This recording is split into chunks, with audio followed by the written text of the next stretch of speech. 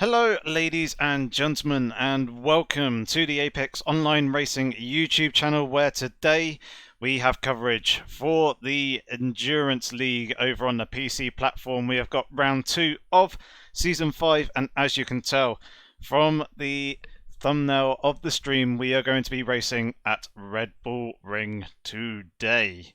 So here is the calendar that we are running, and as I mentioned, this is round 2, so we have done one race already, which happened at the Daytona Road Course 2 weeks ago on the 2nd of May, and as you can see, it was a 2.4 hour race, and the race that we've got today is slightly shorter, 2 hours in length, so should be a little bit easier on my voice after the SMSR Championship over the weekend on the Saturday, where myself, Yorkie065, if you haven't guessed by the name down in the bottom left there, was commentating alongside Actual Vision, and it was a fantastic final to the championship. But my god, did it stress my voice getting towards the latter part of the final in that second race. It was absolutely fantastic racing action. But either way, coming back to the Endurance League, next round we're going to be at Circuit of Americas in 2 weeks time on the 30th of May.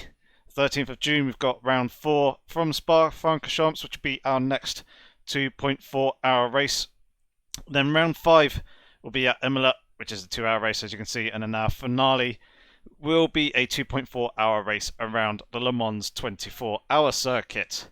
Now, as we've had a previous round already, let's jump into the standings. These are the LMP1 Pro standings that we can see here up on the screen at the moment. As you can see, Llamo took the race win last week, and he's got himself a nice healthy set of 10 points there. And then in second place we do have Inky Chris in the Porsche 919 hybrid. He managed to bag himself 8 points, so he's only, obviously, as you can see, only 2 points behind. Third place at the moment we got Marauder, who was also in the 919 hybrid. He got 6 points. Colonel McCoy has got 5 points to his name, coming home in 4th. 5th went to Lewis. Andrex was in 6th position. He had some pretty unfortunate circumstances occur in his final pit stop in the last round, which cost him essentially a podium. He was up there in 2nd position, I believe. So he came home in 6th in the end. Coxon came home in 7th. Zemvo was there in P8. And then our 2 other pro drivers in the LMP1 class, Berserker and Leon the Sick One, did not start in the last round. So they unfortunately didn't make it there. However, we do have the LMP1 AM standings here as well. Let's just excuse me for a second whilst just catching my breath back. It's been a little bit of a hectic afternoon and evening. So LMP1 AM standings, Kleinstein came home with the essentially the AM win. He's got 11 points to his name. Logan has got a single point, and then Spudbuster, EVR, Matt 212, Beppo, J Peaches, and then Skarky are all there as well. However, they did not score any points in the last race. So the way the championship essentially works is both the LMP1 class and the GT class have been split into 2. So they got a pro category and an AM category. and within those, they score points if they finish the race, which basically helps to keep the championship alive for those drivers, because we've got a variety of, or varying, should I say, performance levels coming from the various different drivers. And obviously, when you've got aliens at the very top, and then you go and throw into the mix a couple of drivers who may be doing league racing for the first time and might not quite have the pace of those alien drivers, it throws them out of the championship a little bit after a couple of results. They don't really stand a chance as such, which sucks for them. They therefore have decided to basically split the LMP1 and also the GT category into two. So it gives drivers a bit more of a chance, as it were, to be fighting for decent points positions and actually make it a little bit more enjoyable. So with that, we then go on to the GT Pro standings. You can see that at the top, Mr. Van Orman came with the race win not last week, 2 weeks ago. Round 1 in Donington. Empower was in second. Dowking was in third place. He had a good start, and then there was an incident between him and Empower, which saw Dowking drop to quite far down the GTE grid. But he managed to work his way back up through the field and do a nice recovery drive. Dakuza came home in fourth. Bo there in fifth place. Then we got back Gabrielson in sixth. Seventh went to Chloe, and then Smolder picked up 5 points in P8. And then this is the second half of the pro standings, where we can see Speedy go there with 2 points, and then TPW, Scott V, Jardier, Igor, and Ravalik all didn't pick up any points. Scott V was the only driver of those who actually attended in the last race. All the others weren't there. However, we should hopefully have them here for this next race. And then the GT AM standings we can see here on the screen as well. So Bizanchik is there at the top of that at the moment. He has got 20 points to his name. Flaming Parrot, 16 points. Zelnowski is there with 12 points. Mali Bako, 9 points. Royalty in 5th of 8 points. Atlas Garin, 7 points. And then Minisco, 1 point to his name. And Cole, 1 on 1, 0 points. And Scott Burnett and the GW are 2 drivers who are not included on that list in P9 and P10, who have yet to start a race. So with that, we're now actually into a qualifying session. Drivers have got a 15-minute qualifying session. However, we've got about 9 minutes and 20 odd seconds remaining in this session, and both the LMP1 class cars and also the GTEs are out on circuit at the same time. There's both the pro and also the AM drivers. If we just take a look through the field, we can get an idea as to who is actually out on circuit. So at the moment, Leon the Sick One is currently holding a provisional pole position. He is just 7 tenths ahead of Llamo, who is there chasing him down on track as well, actually. You see they're pretty close together as they've got a Corvette GTE. It's now between them as there's a Porsche 919 running a little bit deep. So both Leon and Llamo running the Audi R18. Inky Chris was the driver who we saw running out wide, and he is driving the Porsche 919 Hybrid. Andrex currently holding 4th position on track. He's on the 919 as well. Then we got Kleinstein. He is driving the Audi R18. Sorry, Andrex is driving the Audi R18 as well, not the 919. Coxon, also in the Audi. Marauder is out there in the Porsche, I believe. Yep, there he is. Colonel McCoy in the Audi. Andrew Harper is the first of our drivers in the Toyota, and he is one of the AM drivers in the LMP1 class. Dowking is our first of the GTE drivers. See if we can find the other remaining LMP drivers, because there's a few more to go. So we've got Skarky, who is also in the Toyota, one of the LMP1 AM drivers. Spudbuster, also in the Toyota TS050 as well. He is in the AM class.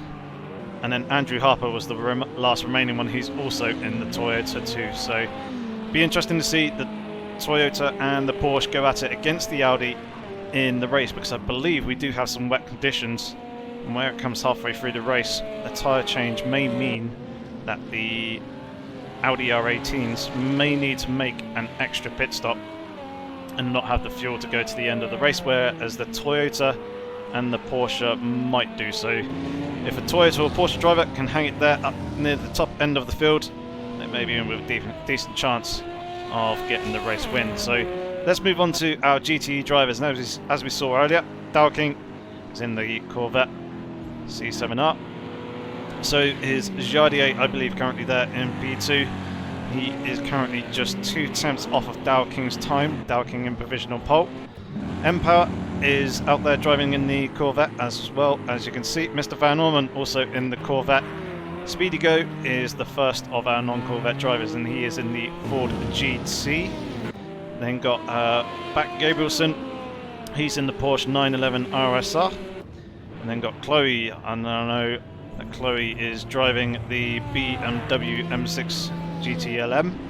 Dakuza out on circuit, he's driving the Corvette and has got Toyota for company right on his rear. We then got who's that? The GW, I believe, is driving the Corvette as well. Yep, he is. And there's Minisko, another Corvette driver. Scott is a Corvette driver. Brzanczyk is a Ford GT LM driver. Ticklish Picklewickle is a Corvette driver. Flaming Parrot is in the Ford. Marley Bacco is driving in the Ferrari 488 GTE. So some nice variants there. We then got another Corvette driver in the form of Igor. Atlas Garin is driving in the Ford GT LM. Royalty is out there in the Ford.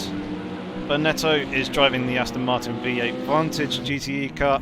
And then Colin is driving the Corvette. So the Corvettes are extremely popular here in this endurance series, as you can see.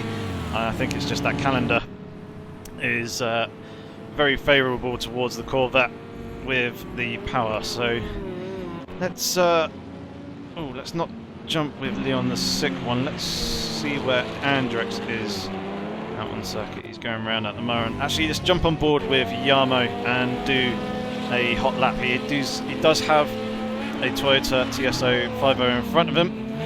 Should be able to dispatch. Oh, that was very, very close there between the two, as he got very sideways. But turn one is a pretty key, critical braking point, and then obviously the hybrids will be dumping a load of the hybrid energy coming off the corner, closing up a lot under the braking there.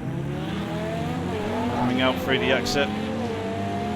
See, navigating the the GTE traffic. Drivers having to contend with that as well. We're coming down into this heavy braking zone, into this long right-hander that just kind of falls away from you a little bit. It's quite important and difficult to get the car tucked into there.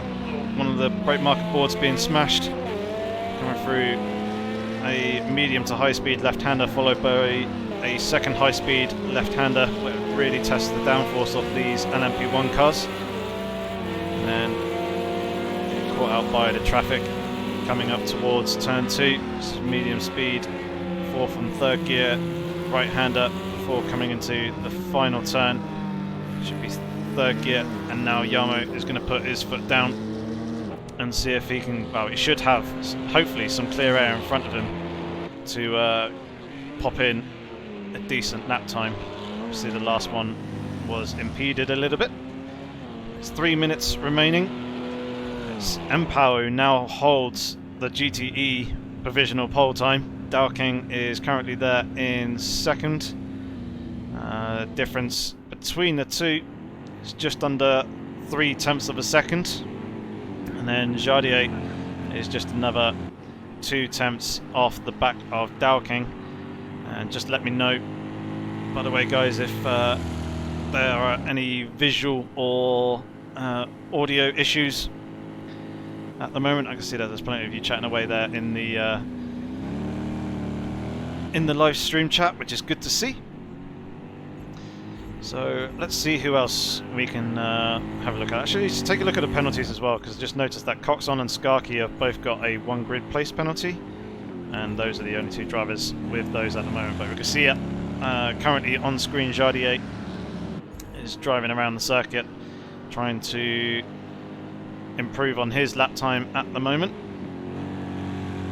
and he's coming through the two medium to high speed corners, and at the moment his best delta, he is up by 0.09 of a second, so that will bring him a little bit closer to Dowking, but it won't be enough to improve his position at the moment unless it's he's able to really hook up these last two turns and be able to find some extra time there. So we'll watch him as he comes out of that final corner now. He's got some LMP1 traffic behind him, and that's not going to affect him for the remainder of this lap. And does he improve? He does. He pops himself up into second place in the GTE field. So a good time there, with a 125.9 from Jardier as he spins off to the right hand side of the circuit out the exit of turn 1, but unfortunately he does not collect any other drivers with that. See that Andrex is just going through turn 2 at the moment, as we have 1 minute and 10 seconds remaining in the remainder of this qualifying session, and then we'll be getting underway with a 2-hour race. Andrex getting very sideways there, managing to get the car gathered back up. Yeah, just losing it a little bit in traction. He does still have that minute or so in order to get around the rest of the lap to begin another lap to try and improve it. At the moment he's currently 0.7 of a second off of Leon the Sick One, who holds that provisional pole in the LMP1 class. Llamo is there, second off, as you can see in third. He has begun what will be his final attempt. He does have a couple of cars up in front of him. Not entirely sure what cars they actually are and whether they could potentially impede his lap. So one of them is an Audi R18, so that shouldn't really affect him too much. That Audi is far enough ahead of Llamo that he won't lose out in the slipstream, or shall I say experience too much dirty yet. So Llamo should go completely impeded here. Coming through very, very nicely. And you can see he's improved on his best time by 3.5 of a second as well. So he's on for a good lap, is Llamo. See if he can actually get himself up into second place. He needs a good last couple of turns. Playing it nice and safe with the curb on the exit of the penultimate turn. Looked to be a little bit wide out there on the exit, which isn't ideal for these LMP1 cars. And coming across the line, he does get second place. But also Leon the Sick One, we saw flashed up on the screen there, he has improved his lap time with a 1:11.9, 1 whole second ahead of Llamo, even though he improved. It's now just Andrex who's coming down towards the penultimate turn. See if he can improve and try and take that second place back. No, he dives into the pit lane. So Andrex will be starting from third position on the grid. Inky Chris, he's coming through the second to last corner at the moment as well. Decent run through there using the available curbing on the exit. He's got GTE just here in front of him, but that shouldn't impede him too much as he dumps a load of the hybrid. Does he improve? He does improve on his time, takes 0.3 out of his previous fastest, but that is not enough to improve his position. Conor McCoy is in the pit lane. M-Power is out on circuit, just coming in through the final corner. He's currently got provisional pole for the GTEs, and unless Scott or anyone else can threaten his position, he should take that quite comfortably. And that is actually the end of the qualifying session there as well. So, yeah, good stuff by all the drivers. So here is your confirmed grid order then. Leon the Sick One and pole, Llamo second, Andrex third, Inky Chris fourth, Conor McCoy in fifth, Marauder sixth, Cleanstein in seventh, Coxon in eighth, Skarky in ninth, Andrew Harper in 10th, Spudbuster in 11th place. So that rounds out the LMP1 class. And then for the GTEs, you got M-Power on pole, Jardier there in second place, Dowking third, Speedy Go in fourth, Mr. Van Orman in fifth place, the GW in sixth place, Chloe in seventh, Dakuza eighth, ninth goes to Back Gabrielson, Scott is in 10th, Minisco 11th, Brzanczek is there in 12th, Ticklish Bicklewickle in 13th, Smolder in 14th, Malibacco in 15th, didn't quite catch 16th position, he will be Flaming Parrot. Atlas Garen is in 17th, Royalty in 18th position, Igor in 19th place, Bonetto in 20th. Colonel McCoy is in... Colin, my mistake, is in 21st, and it appears that we may have lost a driver in the transition from the qualifying to the race. So that is a shame, but we'll be getting things underway within the next 2 minutes or so with this 2-hour length race. We'll have a manual formation lap at the beginning of this, at the end of this 2-minute period, where the drivers just got a moment to double check that they're using the correct setup for the race. They've got their race strategy and pit stops all planned out, and obviously just make sure that they're comfortable, do the final checks, get themselves in the right mental frame of mind and get themselves ready for the race. And then, yeah, as I said, we'll be going with a manual formation lap that we do here at AOR across all our Project Cars 2 leagues, where the drivers will proceed around a single lap in a single file formation. Maximum speed set by the leader will be around about 120 kilometers per hour, 80 miles per hour, and then once they get to a certain point, I believe, coming down up the hill towards turn 2, just before it drops down the hill again into turn 2, they'll form up into a 2x2 formation where the speeds will also reduce. They'll drop down to about 80 kilometers per hour and 50 miles an hour.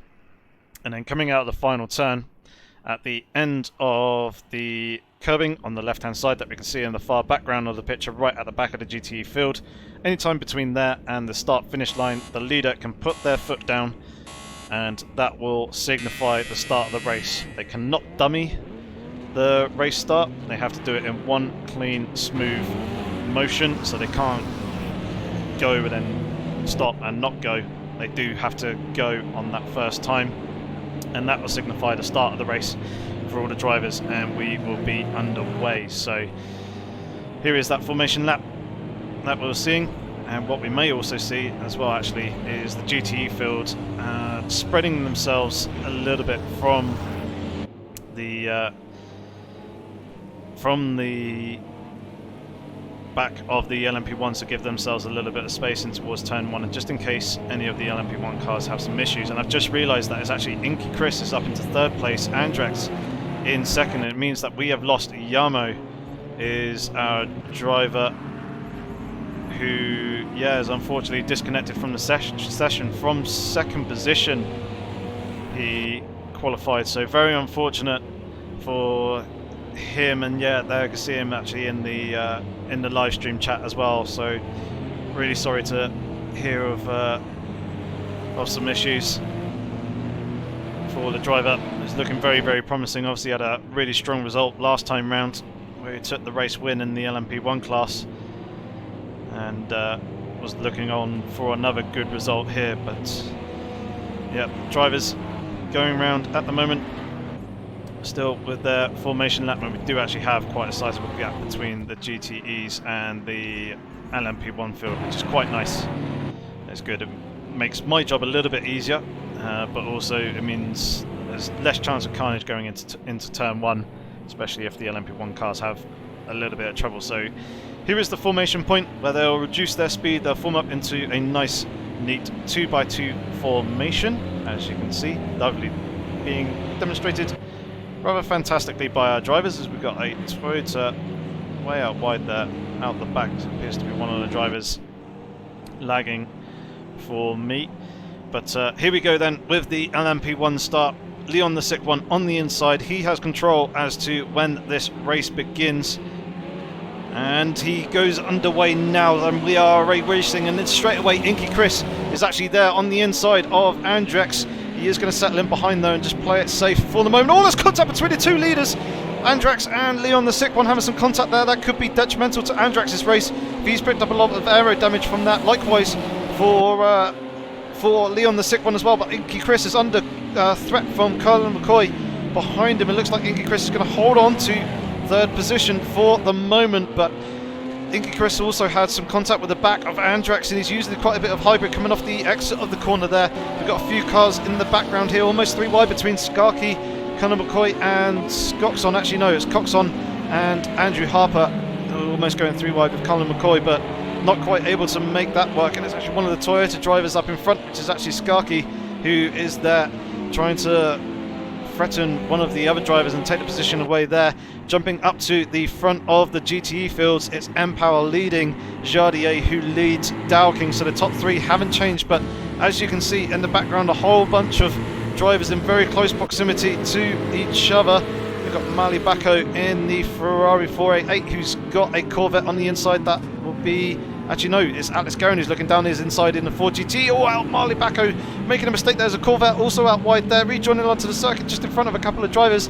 They do manage to avoid making contact though, which is good there, that no further damage was incurred, but a little bit of a messy start both for the GTEs and also the LMP1 cars. Mr. Van Orman has dropped off the back of the leading pair, or leading trio, shall I say, of Jardier, Empower and Dowking. It's actually Jardier who was threatening Empower there coming into the penultimate turn, but wasn't quite able to move stick, and he's now very much under pressure from Dowking behind him, picking up the slipstream as they're on the run to begin their second racing lap. Coming up towards turn one, it's a pretty difficult overtaking zone there on the inside into turn one. It's quite a short braking zone, but there's a much better opportunity coming up the hill in towards turn two.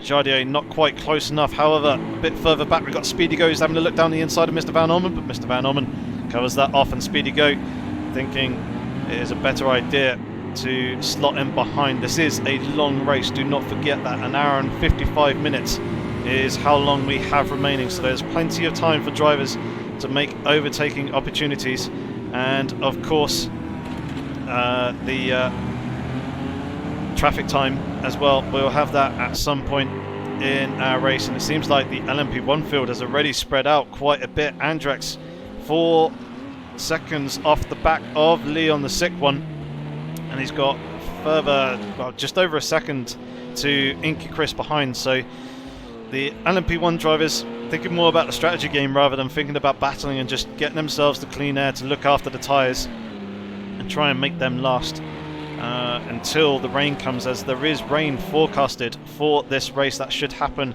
in the switchover about halfway through the length of the race, and that will fall kind of slap bang in the middle of the LMP1 strategies, as the Toyotas and the Porsches should be pitting in and around probably about the 50 odd minute mark, 45 to 50 odd minutes. They may be able to extend it to about 55 minutes depending on how much fuel saving they're doing. But the Audis, who, well, the leaders already coming into the back of the GT field, but the Audis, yeah, they'll probably only be able to go for 35-40 minutes before they need to make a pit stop and change for fuel. And if that rain is coming in and around that hour mark halfway through this race, that's obviously going to play havoc with their strategy. And Andrex there sliding past two of the GTE cars, as we can see, doing a pretty good job of it, but it's going to be very, very busy for him to jump on board with Leon the sick one just to see what this GTE traffic is like.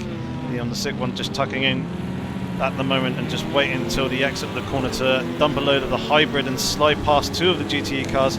Will he be able to clear this Corvette before the left-hander? He does quite nicely, sliding up the inside there. These LMP1s just have everything in terms of advantage over the top of the GTE cars. Got much better acceleration, much higher top speeds, way more downforce. Their brakes is kind of round, well, actually the LMP1 cars, the braking is much, much better as they're decelerating from much higher speeds.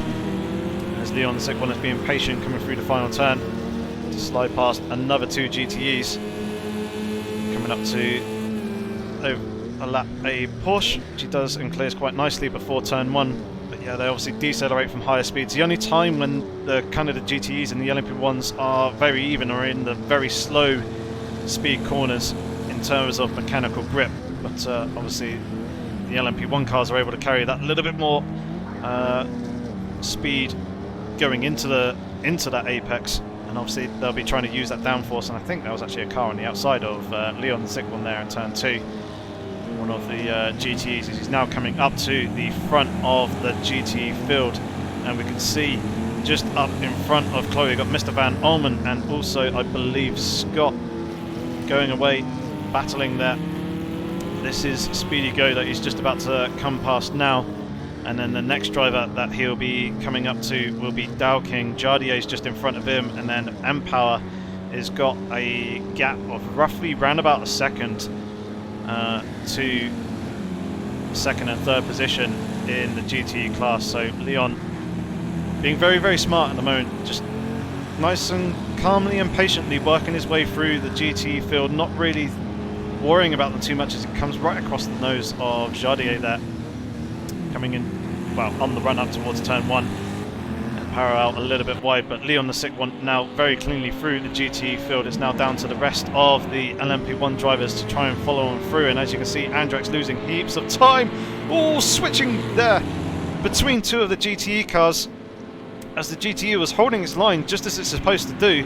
Andrex not quite reading that right, and kind of getting the closing speed a little bit wrong, which saw him to have to very dramatically and aggressively swerve between the two cars there in order to find a space to make the overtaking pass. He managed to keep it on the road, but as you can see, Leon the Sick One with that traffic has managed to extend his gap to over 7 seconds, and Andrex falling a little bit further back. He does have a bit more of a gap to Inky Chris as Andrex slides past Dow King and now come past Jardier before the next fast left-hander.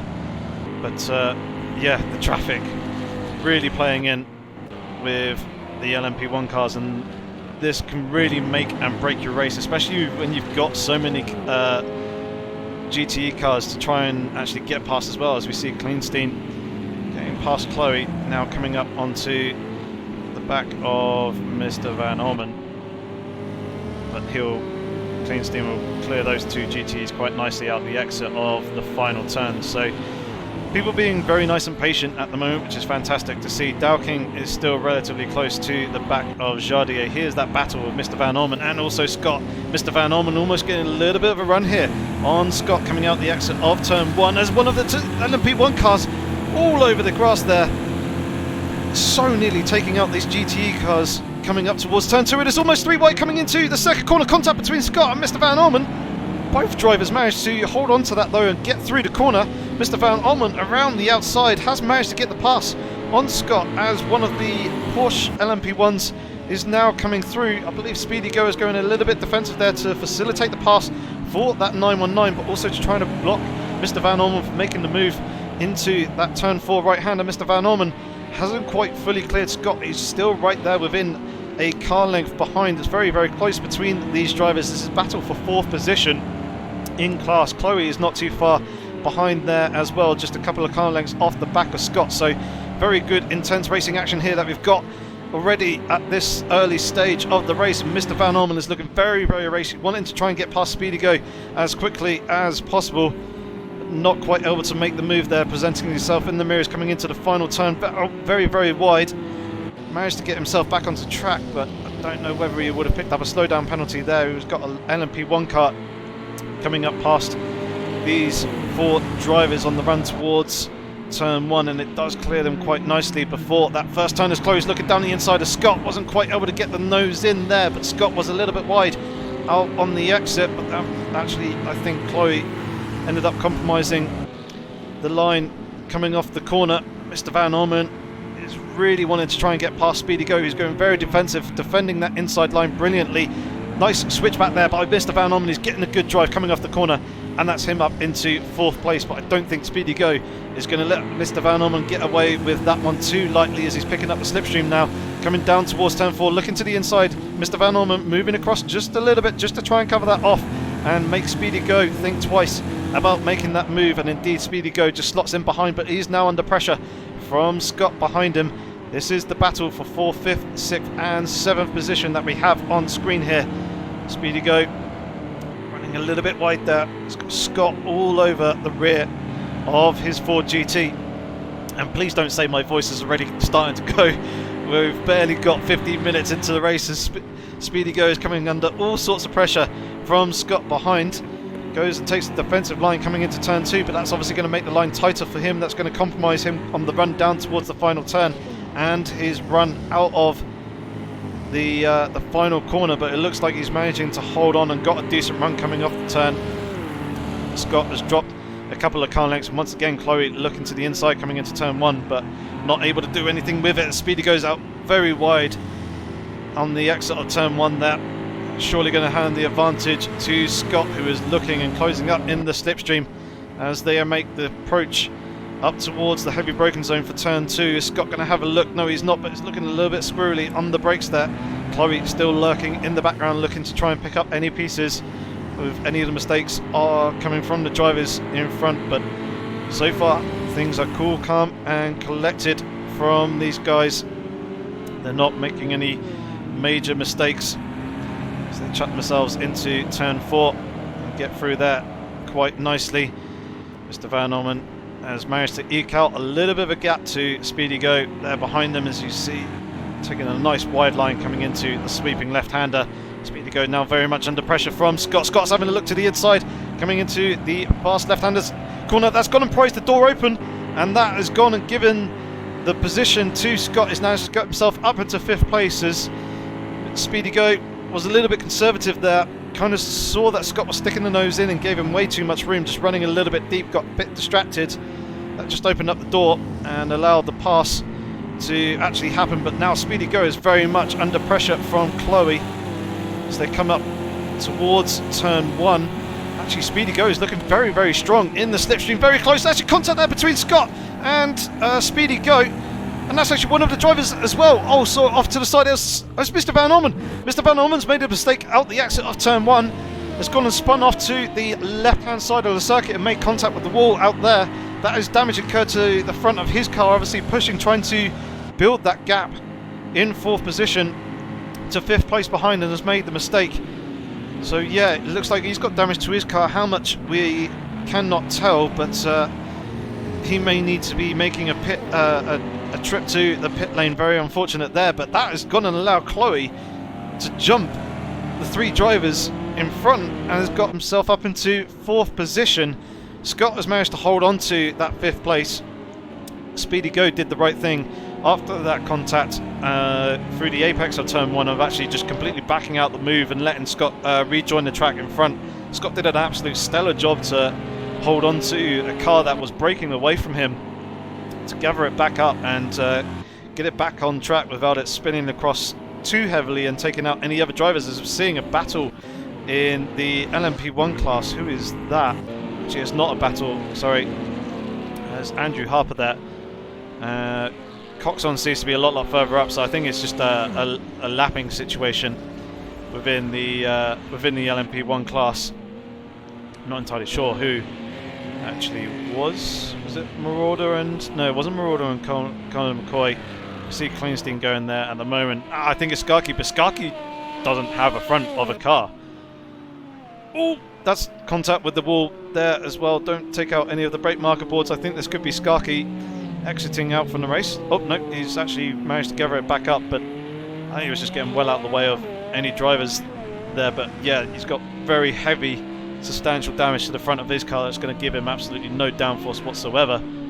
So no doubt we'll see him making a trip to the pit lane as he goes rally crossing through the gravel there. And we can see Mr. Van Orman is into the pit lane to repair the damage that he incurred to the front of his Corvette at the beginning of the previous lap. Very unfortunate, uncharacteristic mistake there from Mr. Van Orman, but jumping back up to Scott in 5th position. He's dropped Speedy Go to 1.5 seconds behind him. He's lurking in and around the 2nd to Chloe in front, but at the head of the GTE field we've got Jardier and Empower.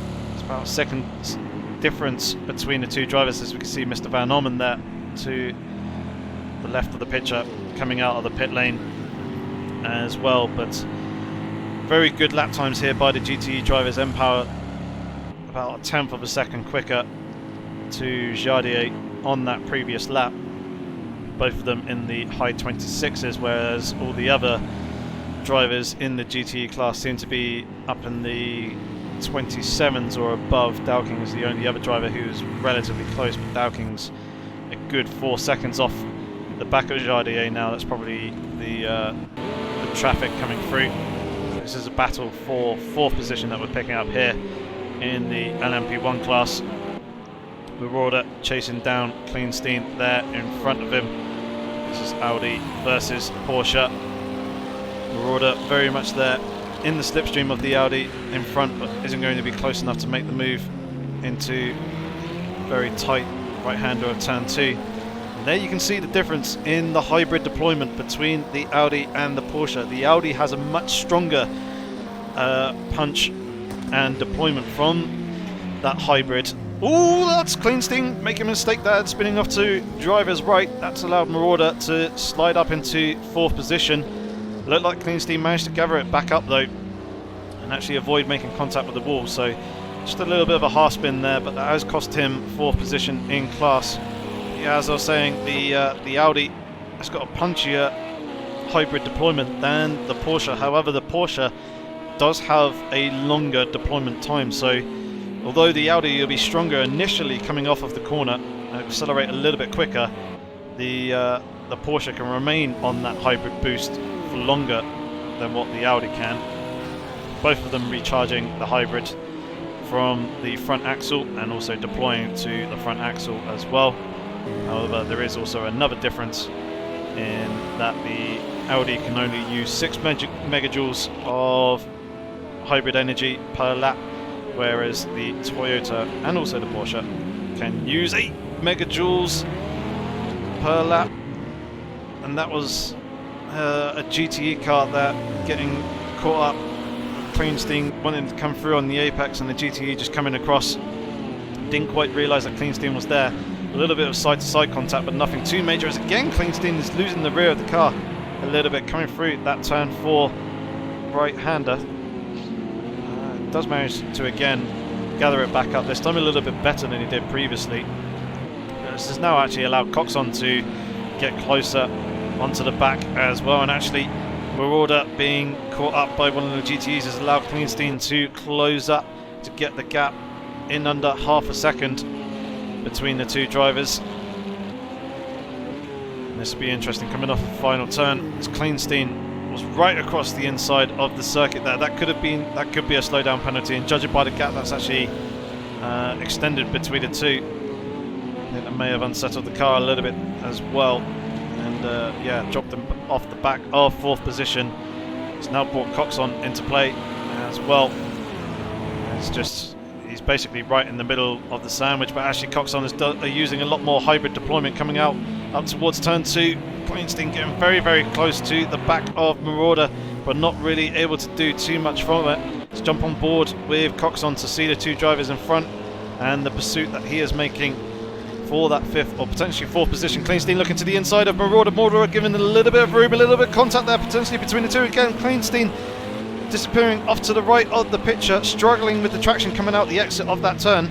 Does manage to gather it back up and hold on to the position before Coxon came through. Was very, very close though for Coxon gaining that 5th position, and actually Kleinstein running very deep there through the left-hander and running out quite wide, but still managing to navigate his way through the corner. But he's now got some GTE traffic just here in front of him. This could be speedy go. That's a spun off Aston Martin off to the right hand side of the screen there, blocking the pit entry. Kleinstein out to the right hand side. This could potentially be Coxon's opportunity to get himself up into 5th position. They're side by side, Coxon using more of the hybrid and does get himself up into 5th position. Kleinstein there just getting caught up behind a GTE, and as it always does with multi-class racing, ebbs and flows. Sometimes it can work in your favour, sometimes it can work against you. Obviously, as we saw, it worked in Coxon's favour and it worked against Kleinstein, and that facilitated the pass there. Coxon will now be setting his sights on Marauder in front, as we're just seeing the battle in the background between Scott and also Chloe. Let's pick up the two of them there. Speedy go, the next car behind, 1.7 or 1.5 seconds behind. So Scott still behind Chloe at the moment, just under half a second between the two drivers. So they're looking to battle away. Empower and Jardier are still reasonably close, and actually Jardier It's got the gap now down to half a second, despite Empower being quicker on the previous lap. And then this battle up here for 4th position in the LMP1 class is still ranging on. Kleinstein did get relatively close at one point to roughly round about a second or so, but as you can see in the background, isn't anywhere near close enough to do anything about it. But Coxon is very much there on the back of Marauder as they come through turn 1. They've got a couple of GTE cars up in front. Here is the hybrid deployment, and now the slipstream will be coming into effect, as well as Coxon is closing. I was going to say it was closing quite heavily on Marauder there, but as you saw, he read Marauder coming across the left to get past the 2 GTEs, and Coxon thought better of it and backed out of that move, which is a very wise thing to do. Still got an hour and 36 minutes of racing remaining. There's plenty of time to try and get himself up into 4th position, and just a simple mistake can completely take you out of contention for the race. So it's always better to be safe rather than sorry in these endurance races. But the battle that we did see that the 2 drivers were coming past was this lead battle here for the GTE class between Jardier and Empower. Empower leading Jardier at the moment, and as you can see, Jardier within 0.3 of a second, just a couple of car lengths between the 2, and the gap has been decreasing over the course of this last lap. I see the lap time difference when they come across the start-finish line in just a short moment's time, but Empower was quicker by about 1/10 of a second on the previous lap. This time round, however, it was actually Jardier was 0.2 of a second quicker than Empower, as we see one of the Audi R18s going out very wide there on the exit of turn 1. A little bit distracting for these 2, but not too distracting, and it didn't really cost them too much. It seems like Empower managed to get the slightly better run off of the corner and eked out a car length or so. Jardier closes that up relatively quickly in that turn 2 hairpin that we've just been through. So the gap between the 2 drivers remaining round about the same at the moment. So come now. Sorry, I've been saying that turn 2 is actually turn 3. I've been saying that pretty much the entire race, because that was turn 4 that they've just gone through. Coming into turn 5 effectively. Actually no, there's 6, and then there's 7. 7 is this left-hander, so we get my corner numbers all mixed up. Turn 8 is the right-hander that they're just going through that. So now he slips on past. And then we come into turn 9. It's just second to last corner, and then turn 10 will be the final turn. So working their way through or around the circuit quite nicely there. Let's jump back up to the LMPs, where we've got Kleinstein all over the back of Marauder. So actually Coxon has managed to get past Marauder, and actually Kleinstein's going down the inside of Marauder, coming into that turn 3 hairpin. Marauder trying to go for that switchback, almost making contact there with the rear end of the Audi, and concedes that 5th position. So Marauder's had a terrible last couple of laps and has lost an awful lot of time. Coxon with a brilliant lap on the previous one. Oh, Kleinstein again losing the traction there, as we've seen a number of times coming out the exit of turn 4. This time he does make contact with the wall, and actually he's gone and lost the position to Colonel McCoy as well. He's dropped him down into 7th position. Hopefully that's not too much aerodamage that he's picked up on the front of his Audi.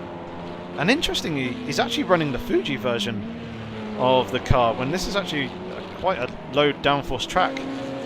So very, very interesting there. I noticed that with the slightly more curved front headlight shrouds at the front of the car, whereas if we go and take a look at Leon, actually Leon's running the Fuji version as well, which is quite surprising. Is Andrex running the Fuji version, or is he wearing... No, yeah, so Andrex is running the low downforce Le Mans version. You can tell by the much stubbier front nose. Also looks to be quite a bit longer. It's not as pretty as the Fuji version, I'd certainly admit that. But they'll allow Andrex to run lower wing angles, whereas Leon, the sick one, and also Kleinstein, as we've seen, are running the higher downforce versions. But seeing Leon trying to actually navigate his way through some of the LMP1 traffic as well, doing a pretty decent job of that, giving one of them a little bit of squeeze though, and actually one of them coming back at Leon the sick one as well, actually racing him a little bit, coming through that left-hander. That's a little bit unnecessary, and yeah, Leon with the flash of the lights there, not too happy about that, and that's actually one of the drivers going way out wide through that right-hander. Who was that? Igor going up a position. It was actually Flaming Parrot who was the driver who was caught up with the flashing of the lights and actually got caught out through that left-hander and ended up going way out wide. So Flaming Parrot lost a couple of positions there. He's now down into 13th position. I haven't actually seen too much of the tail end of the GT field as Flaming Parrot goes up very wide there out the exit of that final turn. But yeah, TPW is the driver at the back of the field at the moment. He's a minute and 5 seconds off the back of Dakuza in front of him. You can see some damage to the front of TPW's car, so no doubt that he's been through the pit lane at some point. Same with Dakuza as well. He's a minute off the back of Colin, so drivers must have gone through the pit lane some time ago. Colin there in 17th position, and Mr. Van Orman, who was up there in 4th position previously, is 16th place in class. He's still got an hour and a half in order to pick his way up through the field. He's got Benetto 18.5 seconds up the road is his next driver, so this is actually a driver that he'll be unlapping himself from, but with the pace that Mr. Van Orman has, I think the Ferrari will probably let him through at some point and not really defend from that one too much, to let Mr. Van Orman go on his way and allow him to continue his comeback drive. So there is Benetto, who, as I said, it's about 18.5. He's now actually 17 seconds up the road, driving the Aston Martin. Skarky is there 15 seconds up the road from Benetto. Royal T 13 seconds up in the Ford.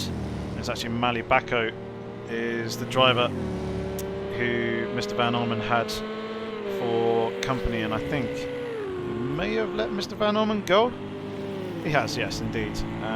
Actually, Mali Bacco may have made a mistake somewhere along the line, and that's another mistake there, running up very wide on the exit of turn 1. Flaming Parrot is just there up in front of Mali Bacco, actually. So I think Mali Bacco's had a slight mistake somewhere along the line and has actually lost a position. So Flaming Parrot is now up into 12th position. Igor is now up into 11th.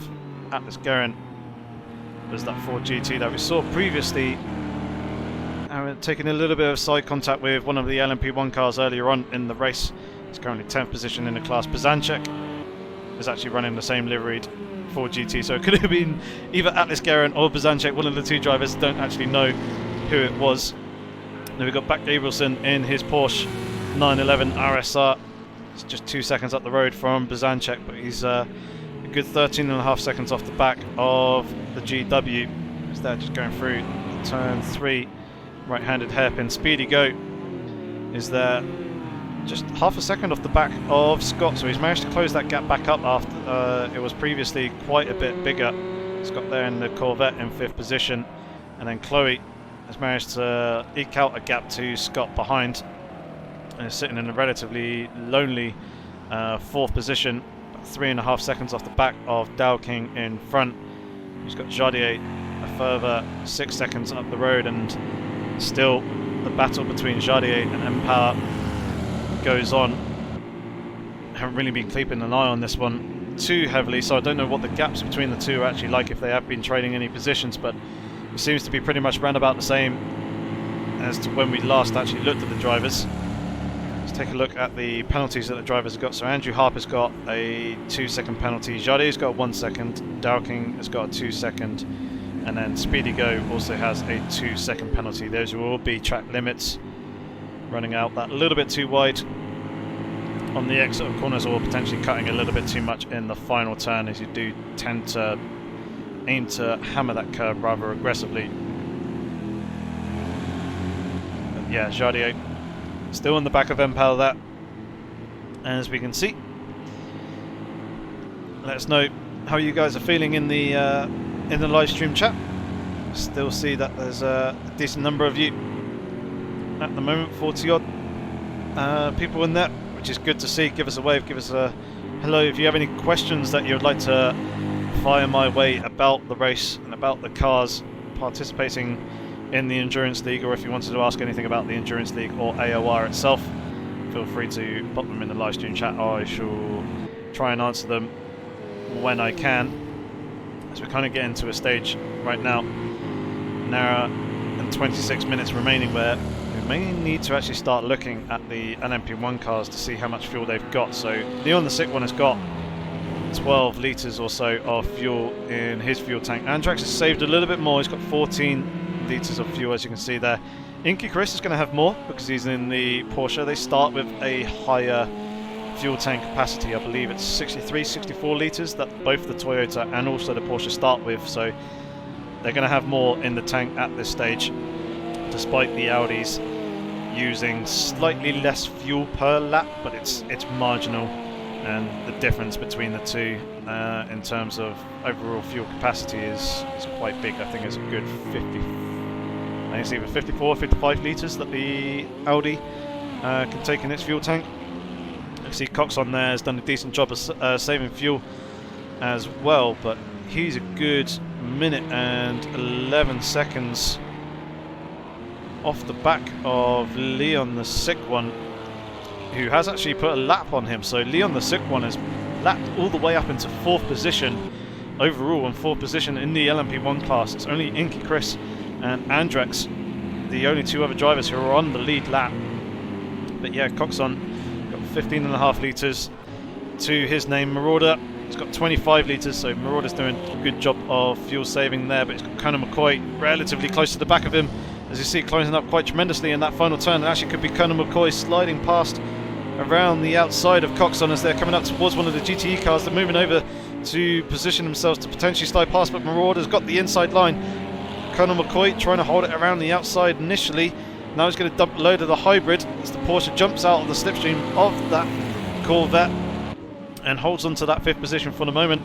Conor McCoy got 14 litres in his car, but this is a pretty ferocious battle that we're seeing here in the LMP1 cars, which you're actually seeing. Cleanstein is now into the pit lane, who's got barely any fuel, as you can see, 0.7, so he's been using quite a large amount in comparison to a lot of the other drivers. If he got any damage from that spin that he had earlier on in this corner that these two drivers are just coming out, as we're so very close there between Conor McCoy and that Toyota, as they were coming past to put a lap down on that Toyota. Conor McCoy having a dive to the inside coming into that next left-hander. That's actually going to cost him momentum wise.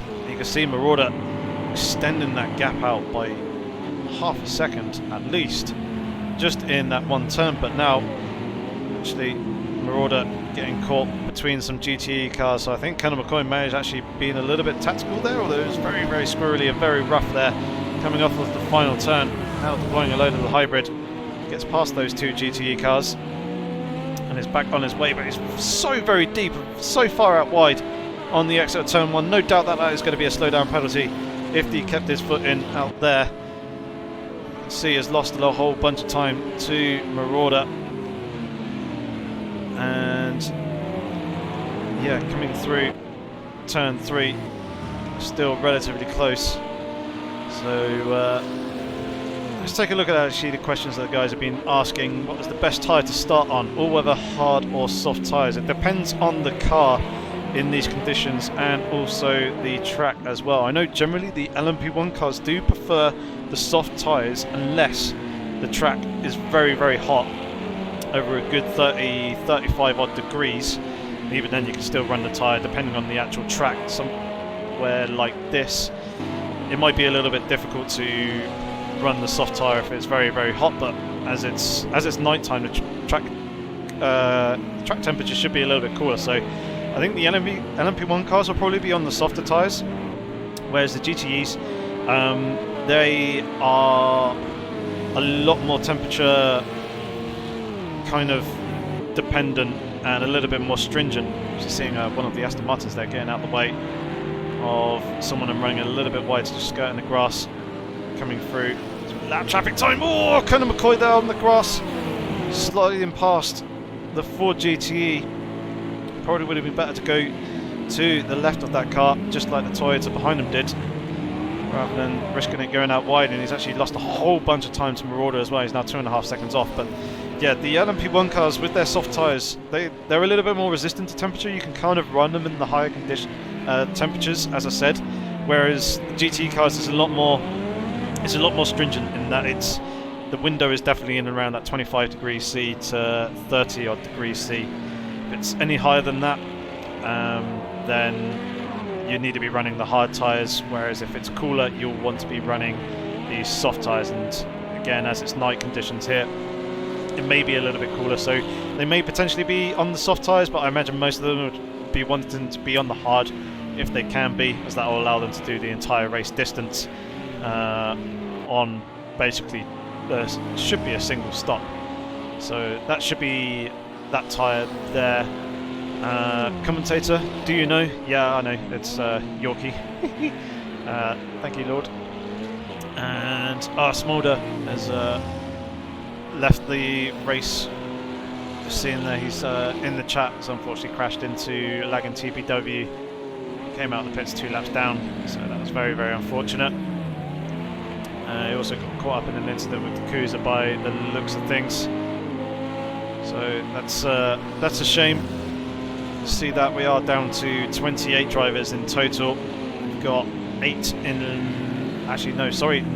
the LMP1 field, and then the remaining drivers are all in the GTE, and it's actually Skarky is the Toyota. He's the one way down through the field. He's got Back Gabrielson, who's actually in the GTE car, about 4.5 seconds up the road. Oh, he's getting caught there with one of the Corvettes. But yeah, Skarky obviously trying to work his way back through the traffic after a whole bunch of pit stops. And actually there's been a change for the lead at the front of the GTE field. M-Power's lost the position to Jardier. It's unfortunately happened off camera whilst we were discussing things and watching the battle between Marauder and Colonel McCoy. But yeah, these two drivers have swapped positions. Previous lap times indicate that Jardier was about a 1/10 of a second quicker than Empire on the previous lap, so it may have actually been this lap that they actually had the trade of positions. This is a car very, very slow going into the pit entry lane. But Empire is right there on the back of Jardier. Just 3.5 of a second between the two. So come into turn 1. Both of them navigating that very nicely. Going out too wide. Nice, good, smooth stuff there. Now Empire will be picking up the slipstream and closing up onto the back of Jardier, diminishing that gap between the two drivers, but it doesn't seem like he's quite close enough in order to be making the move. But from this camera angle we can see that the rain is starting to fall from the sky. That means the track is going to start slowly getting wetter and conditions are going to worsen, as we see some lap traffic here with the GTE in front of them. Does he move out of the way of these two GTE drivers? And this is actually, the track conditions are getting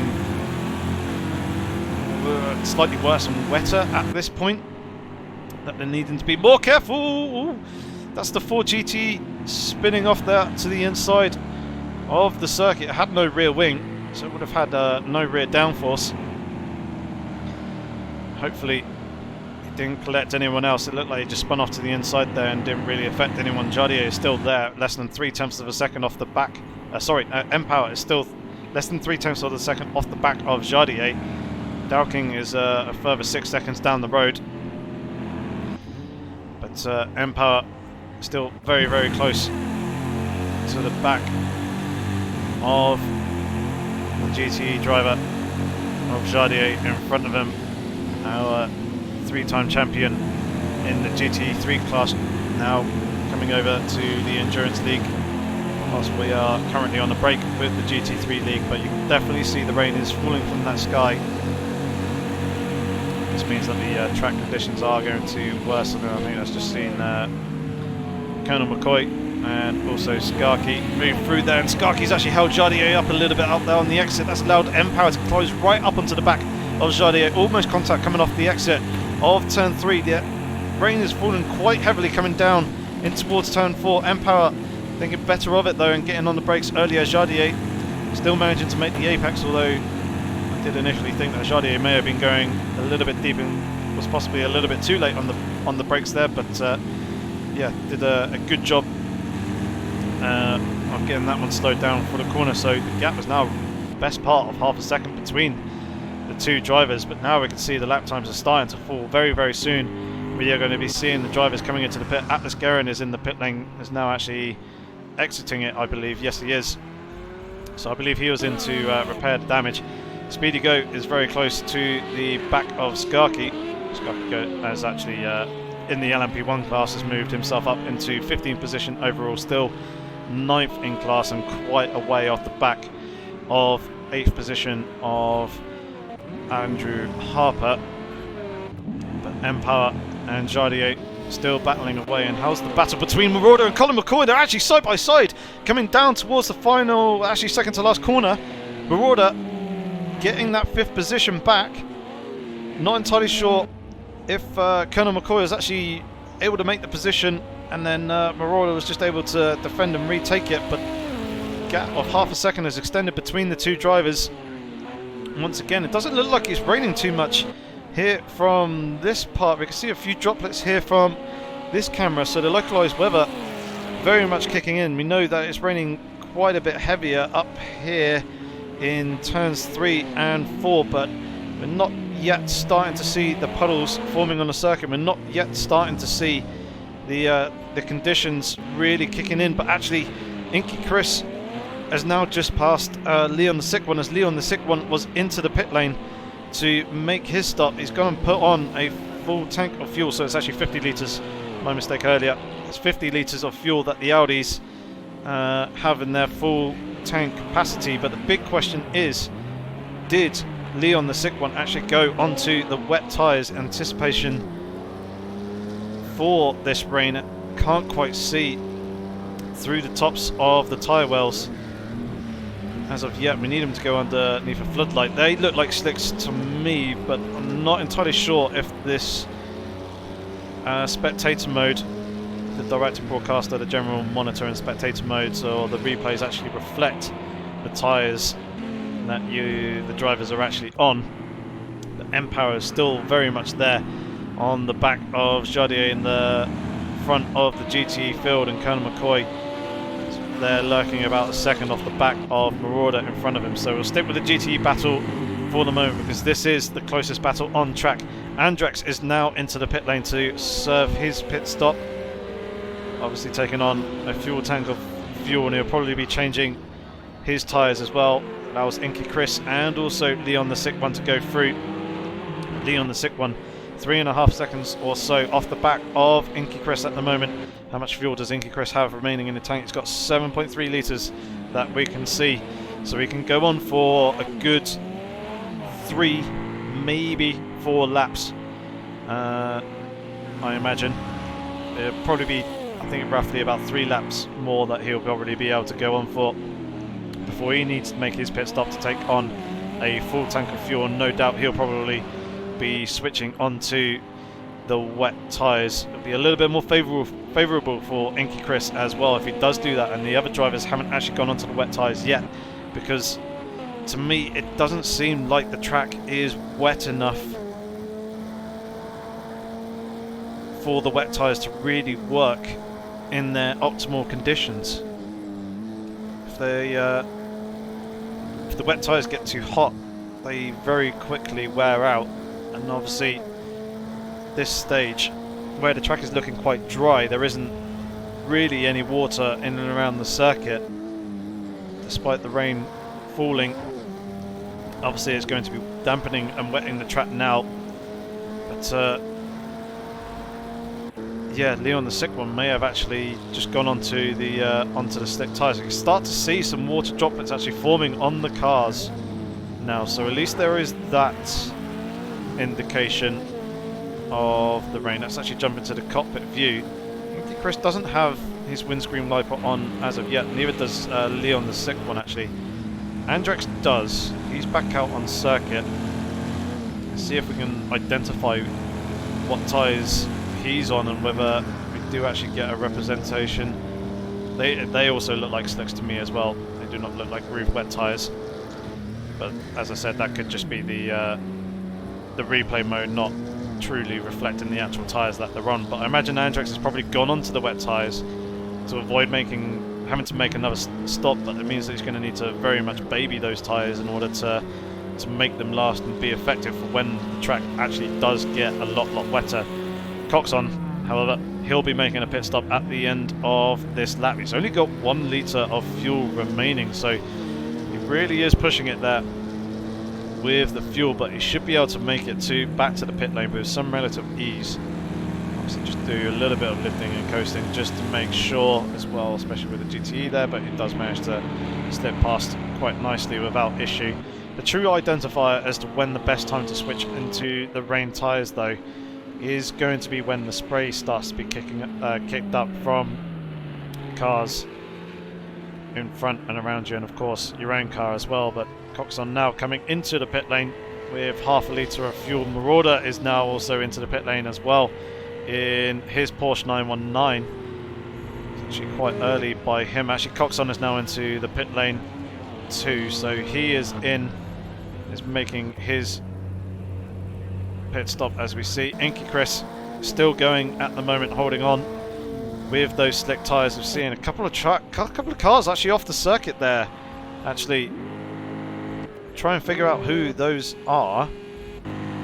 There was a couple of GTE cars, I'm not entirely sure, but Jardier and Empower are still going around. They're still very close to each other on circuit. Jardier is still leading Empower at the moment.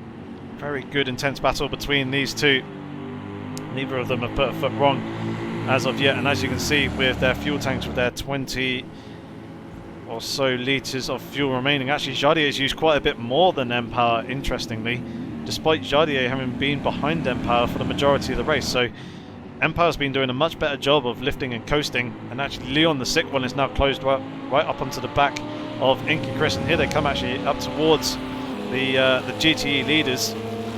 It's right on board with Leon the sick one as the lead driver there in front of us, and just in front of them is Empower and Jardier. It looks like Inky Chris should be able to clear those two before this next left-hander quite easily. However, Leon the sick one is going to be caught up behind the two of them. He should clear him before the next left-hander, and actually Inky Chris is way out wide there in the gravel. He's managed to rejoin the track relatively safely, but that may have put off Jardier a little bit and allowed Empower to get a little bit closer. Actually no, if anything it's hindered Empower a little bit more. Jardier still got that gap, and now Inky Chris is coming into the pit lane. He's only got 1.4 litres of fuel remaining, so he was needing to make that pit stop, but no doubt that he is going to be switching onto the wet tyres with this rain falling from the sky, and he should be in one of the best positions in the LMP1 field for actually making it a decent distance,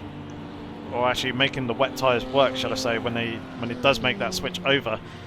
Still hour and 8 minutes remaining in the race, so the guys will need to make a second stop, that is for certain, but the big question is whether the Audis will need to make a third pit stop, whether they've actually gone onto the wet tyres already or not. Andrex is obviously back out on track. He should take second position back away from Inky Chris. We shall see though. Inky Chris, yeah, is still there in his pit box, so Andrex will resume the second position in the LMP1 class. Still a good 47 seconds, as you can see, off the back of Leon the sick one. Now Inky Chris is rolling down the pit lane and out towards the pit exit. He will resume in third position. Coxon is good 40 seconds behind, so pretty safe there in that position. But actually Jardier and Empower have gone and swapped positions again off track when we weren't looking, which is a little bit frustrating, but the drivers will go round again and diving down the inside of a Ford GT there into the last turn. Empower has resumed the lead from Jardier. This should help Jardier to save a little bit of fuel, actually, being in the slipstream. He's closing up a little bit on the run up towards turn 1. Isn't going to be able to make the move. Oh, that's a big wiggle there through turn 1. Actually starting to see a little bit of reflection as well in a couple of places. on the surface of the track. So now the track conditions are actually getting a fair amount worse, and you can see that being reflected by the lap times of the GTE drivers. They're now up into the 130s, actually Dowking on the previous lap. He's in a 128. He's closed up quite tremendously on the leading pair. He's now got that gap to 2.7 seconds. We did see previously that it was kind of up in and around 6.5 seconds. I think it was the last time I remembered. So yeah, Dowking, a man on the move at the moment, banging in the lap times and the pace. Wondering if there was a little bit of contact actually potentially between the leading pair, or they got held up by either some lap traffic or an LMP1 car, because both of their times are up in the 130s. And actually looking at other drivers, they're all in the 128s. We ignore Skarky's time there in 13th position overall, because he's in the LMP1 class. That's why he's up in the 122s, significantly faster than the GTE cars. But Jardier has gone and lost a whole bunch of time now as well to Empower. The gap is over 1.7 seconds, and actually the gap to Dowking behind is now decreased even further to 1.5 seconds. So Jardier has had an absolute nightmare of a previous lap. Empower back up into 129s, but Jardier now in the 131s. Dowking now up into the 130s. Skarky in the 127s. No doubt that Skarky will actually come through these drivers and pass them to resume his usual position, up in 9th position overall, which obviously still last in the LMP1 class. Oh, very, very sideways there, catching the curb on the inside as well. Dowking is a moveable position 2.5 seconds up the road. So we're right on board with Skarky at the moment, just to see how things go for him there. Watch him go past the 3 leading GTE drivers, unless Skarky actually pits at the end of this lap, because he seems to be all over the place on the circuit. It seems that track conditions are getting very, very difficult indeed. As you see, the lights on the floodlights at the sides of the circuit starting to be reflected. A slight shine is starting to appear in the surface of the track, so I wonder if it is now time to be making the pit stops to switch onto the wetter tyres. But actually Skarky is still going round, and actually Dowking is right up onto the back of Jardier. He's got the run coming off of the final turn. Surely this is going to be second position to Dowking before they even get to that first corner. Actually it is Dowking sliding ahead of Jardier to take that second place, and Jardier was pretty much powerless there to do anything about it. And now we're starting to see the spray coming off the back of some of the cars in a couple of places. There will be a slightly drier line around the circuit. Obviously the drivers driving around there as Dowking gets quite sideways, trying to get the traction down coming off the exit of turn 3. Also had that LMP1 car there in front of him. It's kind of hindering him a little bit. Now coming down in, we've also got another LMP1 car who's kind of here lurking around behind, but takes it nice and steady and just waits until the exit of the corner before making the move. But it seems like a number of drivers are actually struggling currently with these track conditions.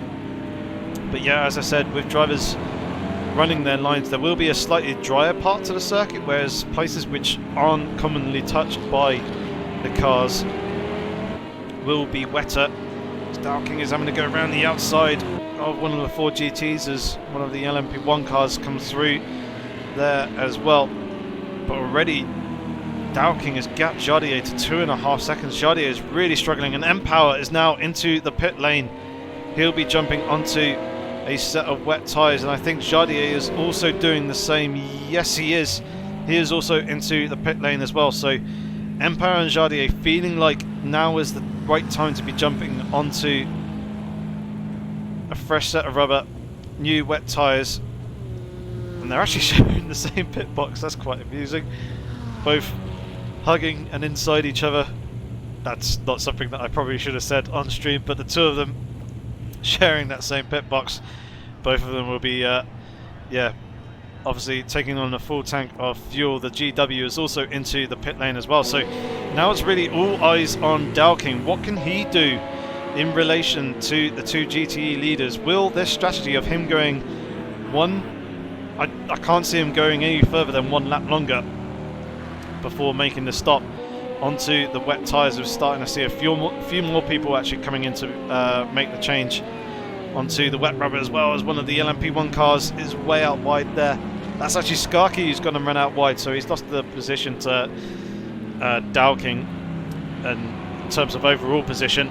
So we're starting to see quite a bit of spray now starting to come up off the back of a couple of cars. Dowking's got an LMP1 there on his left, but does a good job of giving it just about enough room for it to slide past. But surely Dowking is going to be coming into the pits in this lap, and yes he is.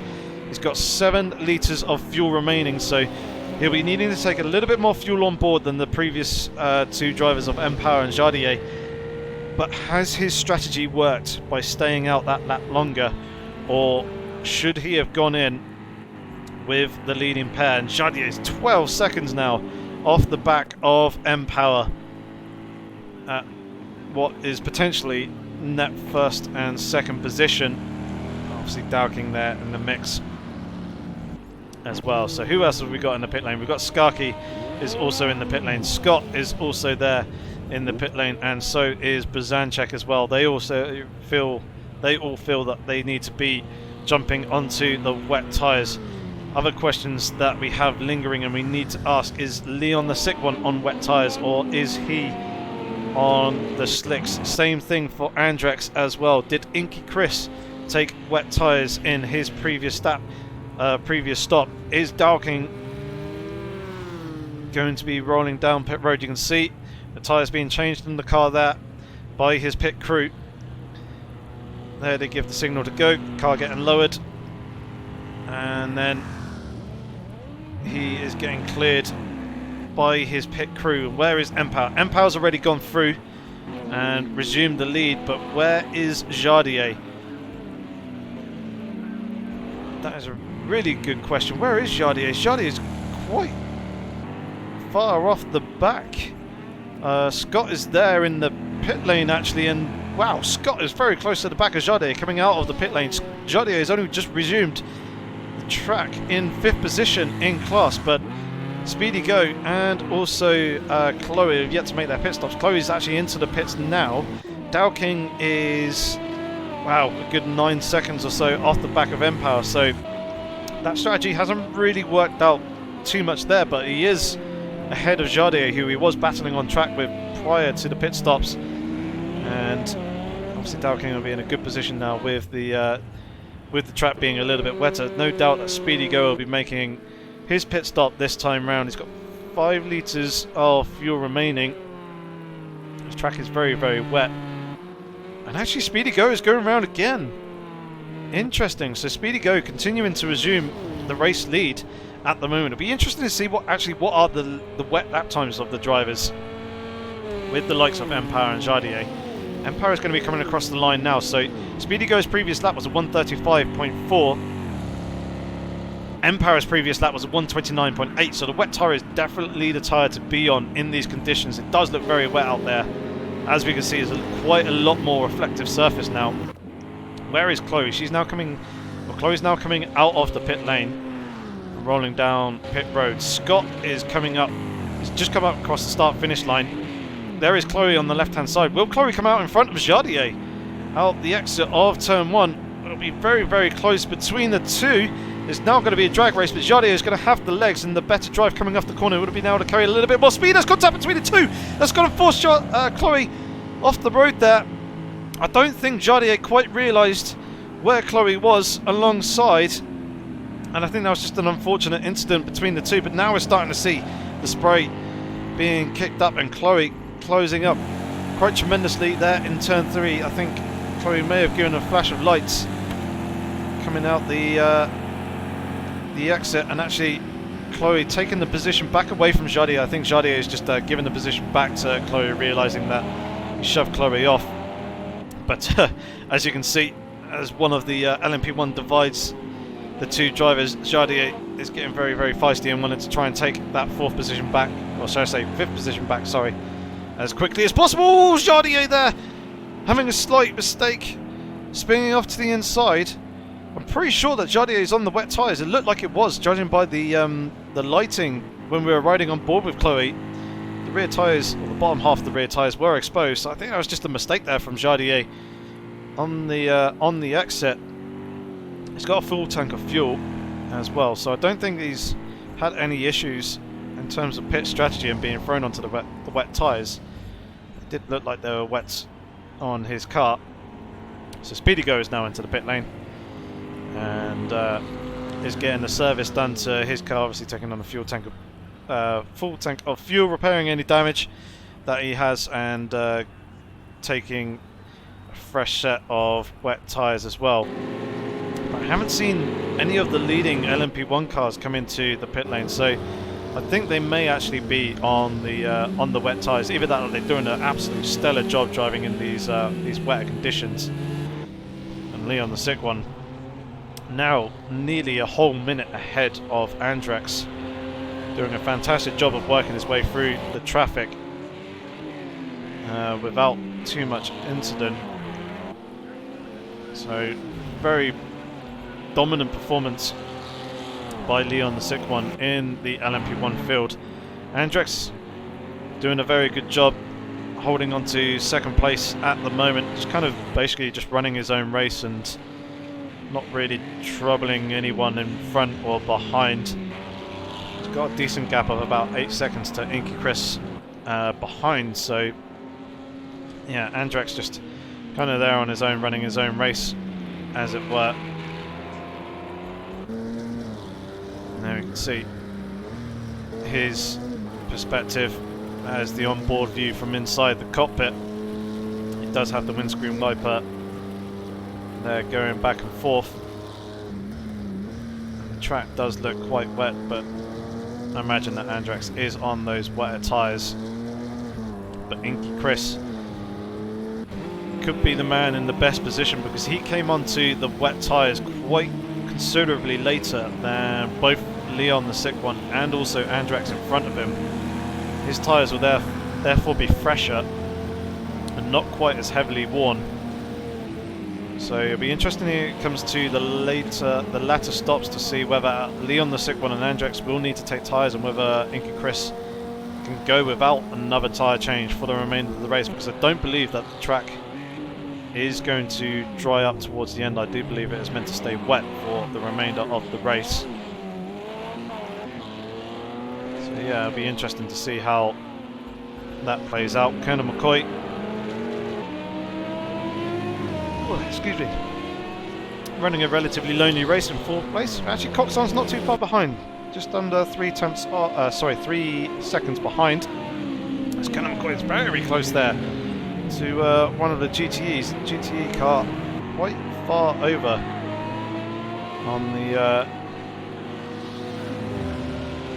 on the left-hand side. Quite far over, yeah, from the left-hand side, should I say, as one of the Corvettes goes very deep there, getting quite nicely out of the way of Colonel McCoy, but wasn't really really necessary.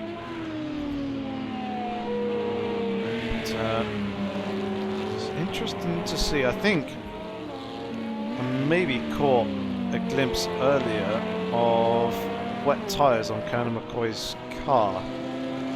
It does make me question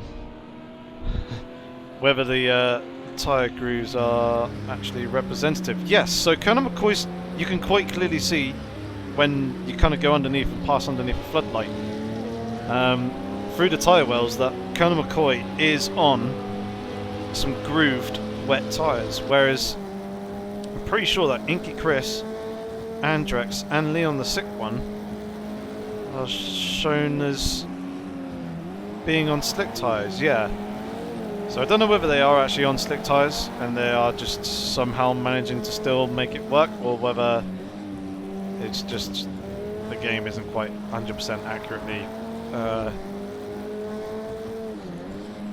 displaying the correct tyre type. But yeah, Dowking, Scott just up the road from him. So Scott's had a really good last few laps by the looks of things. Dowking has had a terrible previous lap of 1:33, Scott is in the 132. Yeah, Dowking with 134, so the 2 previous laps. Scott has been much faster than Dowking, who's got the position as well. Scott up into second, Dowking now down into third place, so possibly some mistakes by Dowking or some incidents with traffic. Marauder is closing up onto the back of Coxon and has given a flash of lights there to one of the LMP1 cars wanting to get past relatively quickly, and also he's got a GTE car there for good measure as well. Yeah, Marauder hunting down 5th position, Coxon at the moment, and Cleanstein a good 12 seconds behind.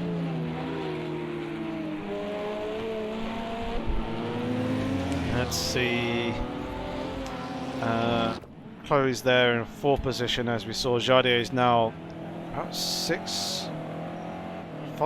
5 seconds off the back of Chloe. So Jardier has really been struggling in these wetter conditions. He's been losing a lot of time to his opponents, and is actually quite far off the back of Empower. Let's actually try and work out how far away they actually are. I think Empower is the one who's just going up the straight on the mini map up through turn 2 now and into turn 3, and then indeed he is. So he's got what, a gap of 16.5 seconds or so to Scott. Dowking is a further 3.5 seconds behind, so that's the best part of 20 seconds. Chloe another 10.5 seconds behind, so that's a good 30 odd seconds. And then yeah, Jardier is about 36 odd seconds off the back of Empower, which is quite surprising considering they were nose to tail, what, about 20 minutes ago, just as the rain was starting to fall, and they were battling away between each other for the lead of the GTE class. So Jardier has had an absolute nightmare in the last 20 minutes and has lost a good 35 seconds to the class leader,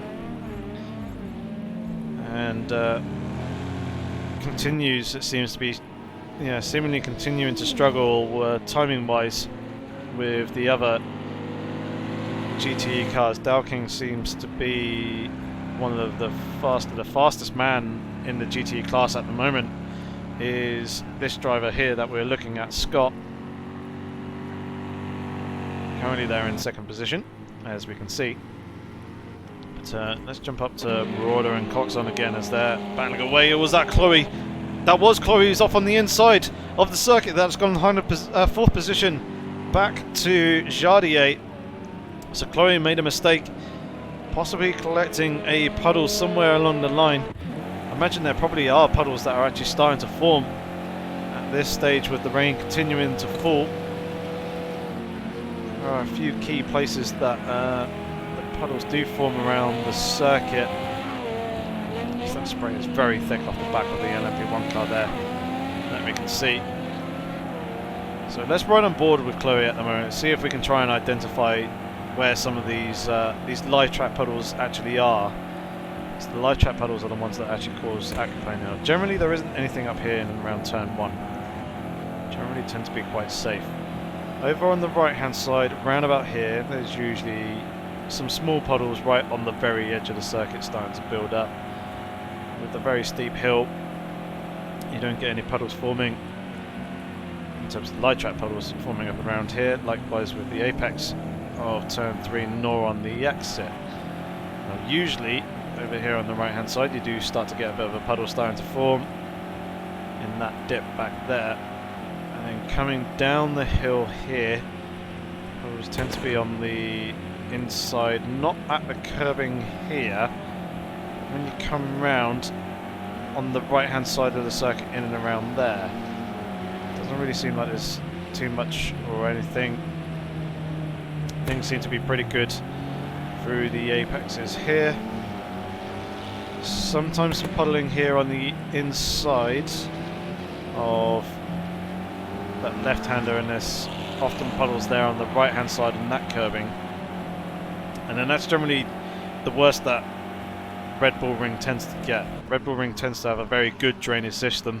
There isn't a huge amount of live track water that actually builds up unless you're getting ridiculous amounts of rainfall, and I believe it is just light rain that the drivers are experiencing and having to contend with here. But yeah, it's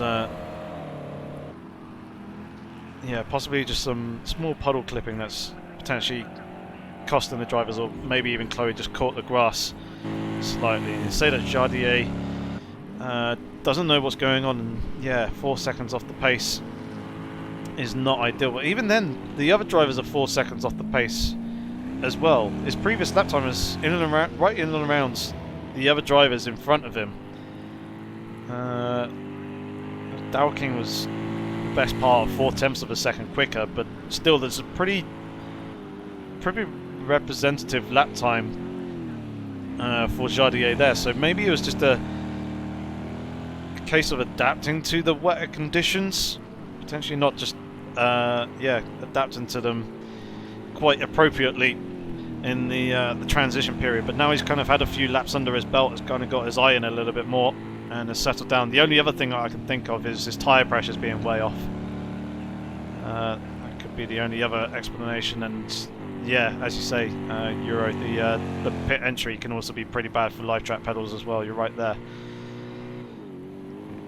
But yeah, interesting that Jardier is struggling so much, and actually now Inky Chris has got up to within a second of Andrex. This is a battle for second position in the LMP1 class. The gap is there. Well, it keeps changing in around a second to half a second, depending on the ebbs and flows of the track. Both of the two drivers in the 120s.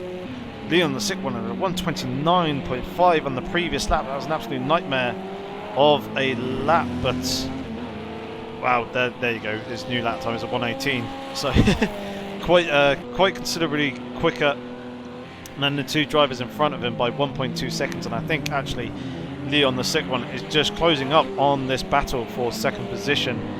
So I think in probably within the next 5-6 laps we'll see Leon, the sick one, put these two drivers a lap down. Yeah, Inky Chris closing up onto the back of Andrex. We also see that Dowking has closed up onto the back of Scott in front of him, who's got the gap to now underneath a second. Mr. Van Orman is closed right up onto the back of Flaming Parrot, and Flaming Parrot is not too far off the back of Gabrielson as well, as there's a whole bunch of lights there. And it's one of the Ferrari 488s who's getting out the way of these drivers to let them through quite nicely. But Flaming Parrot has lost the position to Mr. Van Orman, so Mr. Van Orman now up into 10th position in class, obviously on his recovery drive. And Gabrielson is his next target. The car behind him is actually Mr. Van Orman that we're seeing there directly on track. Gabrielson should have the better run coming off the corner with that engine being at the rear of that Porsche. It will give him slightly better traction, whereas the Corvette has its engine in the front. But yeah, is holding on to the position at the moment, but it's only going to be a matter of time before Mr. Van Orven comes through, and there is that change of position. It's actually Flaming Parrot's gone off on the exit of turn 4 there and gone a little bit wide, so Mr. Van Orman now up into 9th place in class. It's going to be Bizanchek that is his next target, but he is a minute and 4 seconds up the road, so it's a substantial gap between those two. So let's jump up to the back, up to the top, shall I say, of the LMP1 field, with the battle between Andrex and Inky Chris for second position. It certainly seems that Inky Chris has his tyres in a better state and has closed up quite substantially onto the back of Andrex. The gap now within half a second, as a few GTE cars getting in their way a little bit, but also being a little bit distracting and moving off the racing line, as it were. There's a little bit of a battle here between two drivers. I think that's Scott and Dowking, it is. So we'll quickly jump to these two, as Dowking is all over the back of Scott. There's contact between the two drivers. They're still going. They've got an Audi LMP1 coming through, but Dowking does give that position back. I did think that would have been a little bit cheeky there for Scott to take the position away from, Dowking to take the position away from Scott with that contact. on the exit there, but Dowking certainly seems to have the measure over Scott in front of him. Inky Chris is still there in and around half a second to Andrex in front, so that battle for second position in the LMP1 class still rages on. As you can see, track conditions getting really tricky indeed. Awful lot of spray that the drivers are having to contend with, and a load of puddles seeing at the moment haven't really built up as of yet. No doubt they'll start building up very, very soon as we're coming into the last 40 minutes or so of this race. Dowking taking a much deeper line coming into that left-hander, closed up a fair amount onto the back of Scott in front of him. Wasn't close enough and not really in a part of the circuit to actually do it, and actually Inky Chris has got the position on Andrex. They have changed places, so Inky Chris now up into second place ahead of the Audi R18 driver, and it's actually Leon, the sick one I believe, coming in past behind them. Yep, Andrex moving out the way and letting Leon put Andrex a lap down, so no doubt that Inky Chris will be the next man very, very soon. And Dowking's going up the inside of Scott in towards turn 1. Looks like he's managed to get the move done quite nicely without too much issue there. So now Dowking is back up into second place, demoting Scott down into third. And what is the gap now between Dowking and Empower? It's 15 seconds between the two.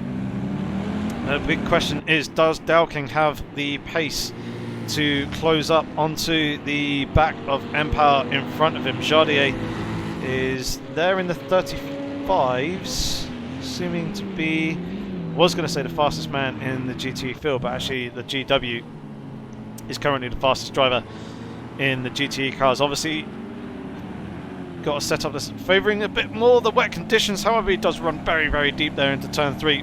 He was closing up onto the back of Chloe, got the gap to just over half a second, around 7/10, but that gap is now increased by half a second or so with that mistake. But yeah, Jardier, one of the fastest drivers at the moment in this stage of the race in comparison to his competitors in the GTE field.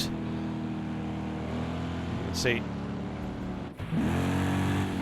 just coming through the double left-hander. There are some puddles now starting to form on the inside of that left-hander. There's nothing really there until the very, very exit, the very end of the curbing on that right-hand side, so the drivers are free to take that right-hand side curb without having to worry about aquaplaning. Currently at this stage of the race, the puddles will continue to increase in size as the race continues to fall from the sky and the water does continue to slide down into those lower parts of the circuit.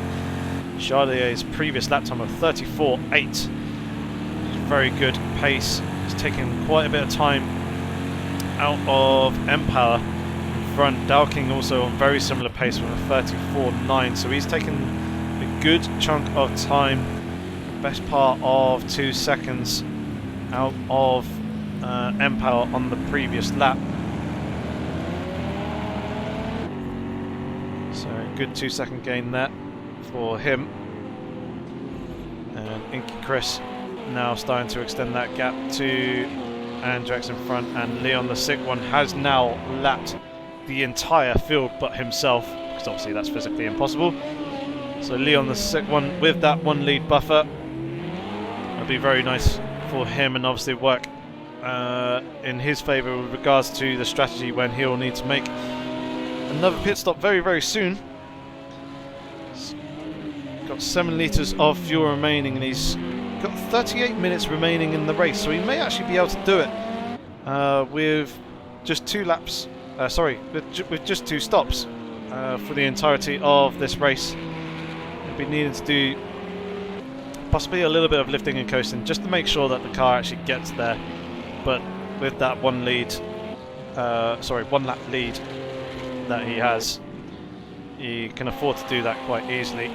Inky Chris, 10 litres of fuel on his car remaining, which is quite surprising, but he'll just take on a full tank of fuel at his next stop to see him to the end of the race, and Andrex with 10 litres of fuel there as well. So Chloe is now actually very close to the back of GW. The GW's managed to make that position and get the move done, but now Chloe is coming back at him.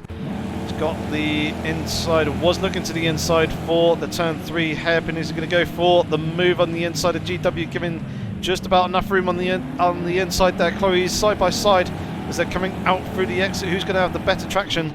And the drive coming off the corner. One of the LMP1 cars slips down the gap between the two of them, but Chloe does seem to be back up into that 5th position for the moment, trying to find a little bit of water to try and potentially cool down those wet tyres a little bit more, as he's got LMP1 there on the inside, but the GWs hold it around the outside through turn 4.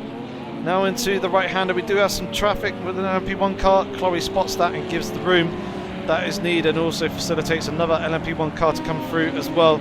Just playing the better, more strategic and safer game there of giving the room and not getting caught up and being taken completely out of the fight, because contact and a spin will just completely ruin Chloe's race at this point.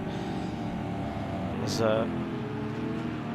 yeah, 6th position with 5th right there in front.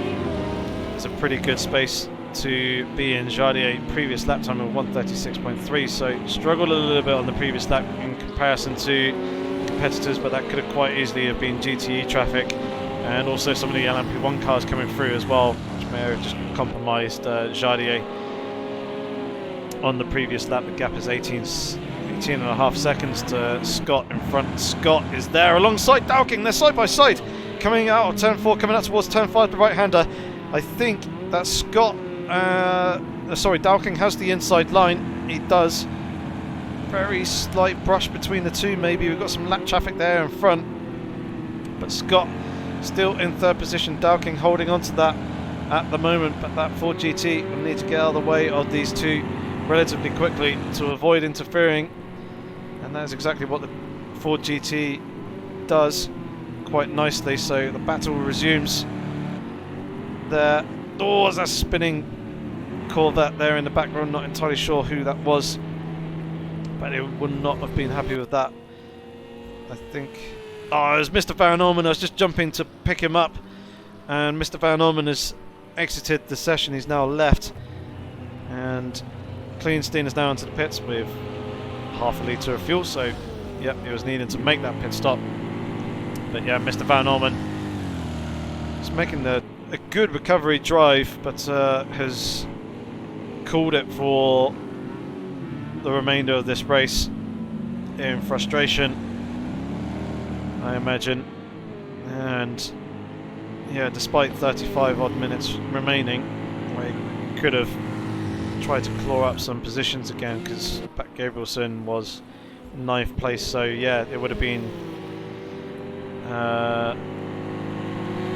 well, yeah, Mr. Van Orman would have been in 9th place, but judging by the gap difference between Gabrielson and Brzancek, who we're currently seeing here in 8th place, he was a good whole minute behind, as Scott is darting between two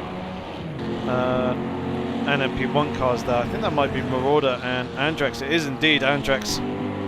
He's just about to come up onto the back of Scott and the Dowking battle. So Andrex, 3rd position in the LMP1 class. He slides on past 3rd and now 2nd position in the GTEs. Inky Chris is just up the road there, 2nd position in class, and Coxon is just over a second behind Marauder. These two have been going at it throughout the duration of the race, and D'Acusa is actually fairly close up to the back of Bernetto at the tail end of the field. Colin is a driver who has retired from the race, and D'Acusa just catching the curb there on the inside of that left-hander, which just took away all grip and has spun the car around. Fortunately, there's no one around him, so he's able to immediately rejoin back onto the circuit and onto the racing line without hindering anyone. So that was very fortunate there, but obviously unfortunate for D'Acusa to actually have that spin catching that curb on the inside. Sometimes you can use them just to help hook you into a corner, but sometimes they do work very heavily against you and will chuck you around in a moment's notice. Scott flirting with that curve on the inside that we saw Takuza spin on, but gets through the corner quite nicely. And yeah, just reading the chat just a little bit. Yeah, just talking about the live chat puddles, no doubt that they'll definitely be getting bigger. So then if one car goes through, we did also see that Dowking was quite wide on the exit of the final turn, and actually Leon the Sick One is into the pit lane to serve his final stop of the race. As we've got a car lagging in the background there, so I think maybe someone else actually disconnecting from the session. But yeah, Leon the Sick One will be taking on a full tank of fuel, but the big question is, does he actually change his tyres? No, he doesn't. He's back out of the pit lane pretty quickly. So Leon the Sick One sticking with the tyres that he's got. No doubt they will be the wet tyres, because it'll be, well, one, it'll be insane how he's managed to keep the car on the track with the pace that he has done in the conditions that we have currently on a set of slicks, and obviously to continue on a set of slicks would be absolutely ridiculous. It would be insane. It just wouldn't be possible. So yeah, no doubt Leon the Sick One and Andrex will probably be, and also Inca Chris, despite what the tyre textures are showing when we were trying to pick up the onboard shots with them, they'll be on the wet tyres, as their lap time pace seems to be around about the same. But actually Andrex and Inky Chris have had a change of position. Inky Chris is into the pit lane. That'll be why there's been a change of position. So Inky Chris comes in with 2 litres remaining. He'll just pick up the fuel that he needs for the remainder of this race. He won't need a full tank of fuel, as there is only 30 minutes remaining in this race. So he will take a portion of the fuel that he needs, and there you can see 40 litres is all that he is going to be needing to get to the end of the race. And he is elected to not change tyres as well. So now it's down to Andrex, who will be in at the end of this lap, no doubt. 1.5 litres of fuel remaining. He'll comfortably be able to make it back to the pit lane, but he will not be able to go any further. So we'll have to keep an eye on Andrex then to see where he will come out in relation to Inky Chris, whether he comes out closer or whether he will have lost the position. So you actually see a set of headlights in the background there. I think it's just a car that's lagged out. It's been left on the surface of the track quite unusually. So here's Andrex coming into the pit lane, stopping in his pit box, taking on the fuel that he needs. Big question is, does he change tyres? Hopefully not. So you can see the fuel lap increasing. He'll need quite a bit of fuel. There you go, 40 litres of fuel that he takes on. Doesn't take on any tyres, but Inky Chris has just come through the penultimate turn, is now coming into the final corner. Where do they actually come out in relation to each other? Will Inky Chris actually be able to get back past, or will Andrex hold on to the second position? Inky Chris is just coming into the apex of that first turn now, and both of them, it's going to be a drag race between the two. Coming out the exit of the final of that first turn, Andrex does have the position for the moment, but Inky Chris is right there behind Andrex. See him in the spray, it's so very, very thick now that the track is properly wet. So Inky Chris is going to have the slipstream on Andrex. He's got 44 litres, whereas Andrex has got 40. But the Audi does use a little bit less fuel per lap than the Porsche does. Inky Chris may have just been playing a little bit safe with his fuel as well, but taking on just that little bit more fuel, those 5 extra litres or so, those extra 5-6 litres, is what caused the difference between the two and allowed Andrex to get up past. And now Inky Chris is up all over the curb. Watch out for that puddle on the inside. Gets through it unaffected as he was trying to lap and get past one of the Corvettes there. Yeah, Inky Chris now in third position, so we have a fight at the near the very top of the LMP1 field. Empire has Dowking gap to about 6 seconds at the moment, so that gap's actually decreased between the two drivers. Dowking coming across the line, taking a good 2 seconds or so, the best part of on that previous lap. So Dowking really putting in some really solid lap time. Scott is 2.5 or so seconds behind. Jardier was struggling earlier. His previous lap was pretty good. Let's see what this lap is this time round. So he comes across the start-finish line and does another 1:34.9, but he's only literally taking hundredths of a second out of Scott on the previous lap. The gap is still around about 19.5 seconds. Gap to Chloe behind, though, is a good 11.5 seconds, as we can see. And then the GW has had some trouble somewhere along the line and has lost a good 12 seconds to Chloe and has dropped down into 5th position. And then Speedy goes a little bit further back. But Flaming Parrot is closing up onto the back of Back Gabrielson. Gap 1.5 seconds, but the closest two drivers on the circuit at the moment are these two. Andrax in 2nd place and Inky Chris currently in 3rd.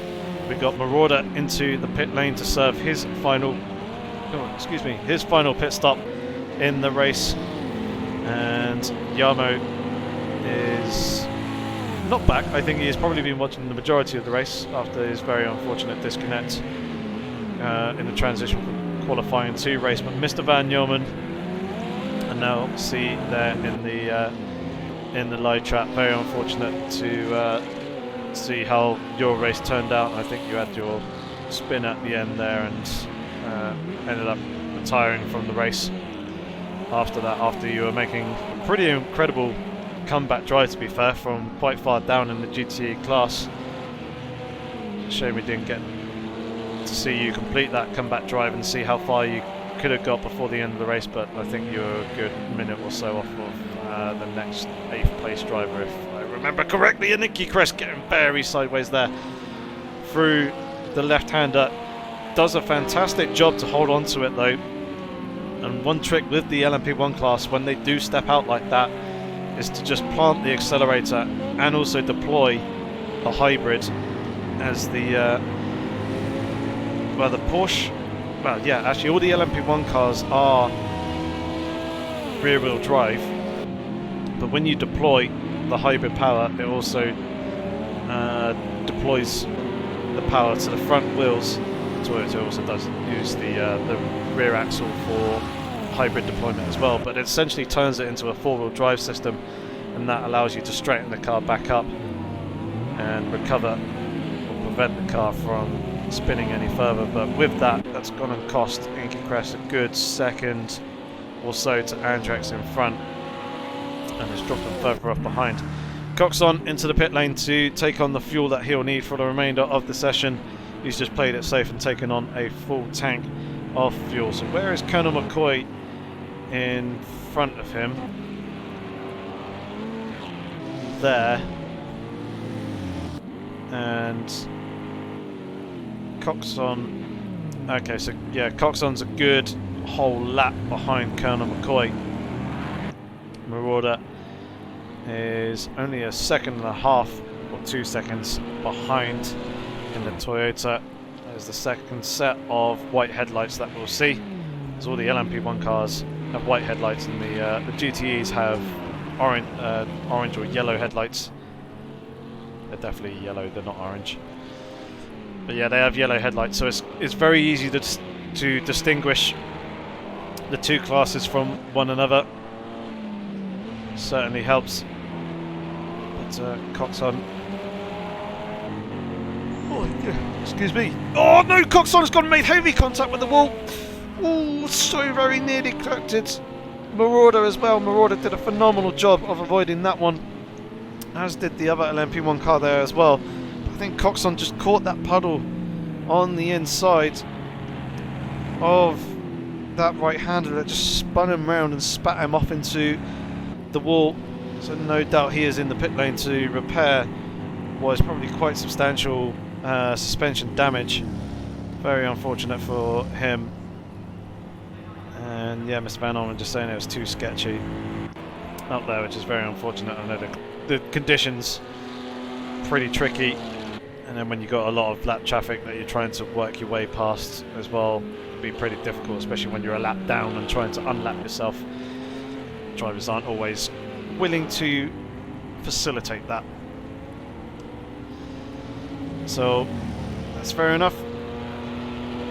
Still ongoing. Oh, Dowking is going up towards the back of Empower now. The gap within less than a second. Empower's had a nightmare of a previous lap. Good 2.5 seconds or so that Dowking has taken out of Empower on that previous lap. The gap is under a second. As we can see, Inky Chris is now closed up onto the back of Andrex as well. That gap is now within half a second, so I need to try and keep an eye on two battles as once, as always is the way in endurance racing, which can make things pretty difficult. But yeah, Dowking, they're still lurking in around that half-second gap. I think we'll keep an eye on this battle for second position in the LMP1 class, because these gaps kind of fluctuate. This gap, shall I say, will fluctuate a lot more than the previous one. The other one will be much easier to actually watch and see what's actually going on there. But Inky Chris continuing to close up onto the back of Andrex, now within half a second. Coming through the penultimate turn, now down into the final corner. The driver's navigating that quite nicely. Just overtaking one of the GTEs there without issue. Now Inky Chris will definitely be picking up the slipstream of the Audi in front of him.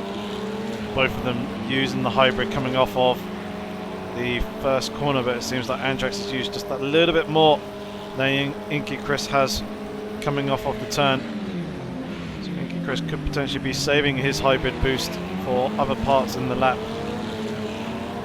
And here you can see hybrid deployment difference between the two, as well as the Audi picks up a decent gap, which is just making it a little bit more difficult for Inky Chris just to get there really close on the exit of corners. Here comes Inky Chris now deploying a whole bunch of hybrid. Not quite close enough to try and make the move. He almost did get a bit of an overlap going with a bit of a run on Andrex, but I think Andrex may have used a little bit of hybrid just to defend from that position. It's very close between Dowking and Empower as well. The battle at the head of the GTE field. So she stick with these two drivers as Empower goes a little bit wide there coming through the last turn, second to last corner. Should give Dowking a decent run coming off the final turn, but he's wide and all over the curb. That's going to give the advantage to Empower. Empower should be able to defend that a little bit more easily coming into the first corner. Pretty tricky braking zone, as I said earlier on at the start of this race as well.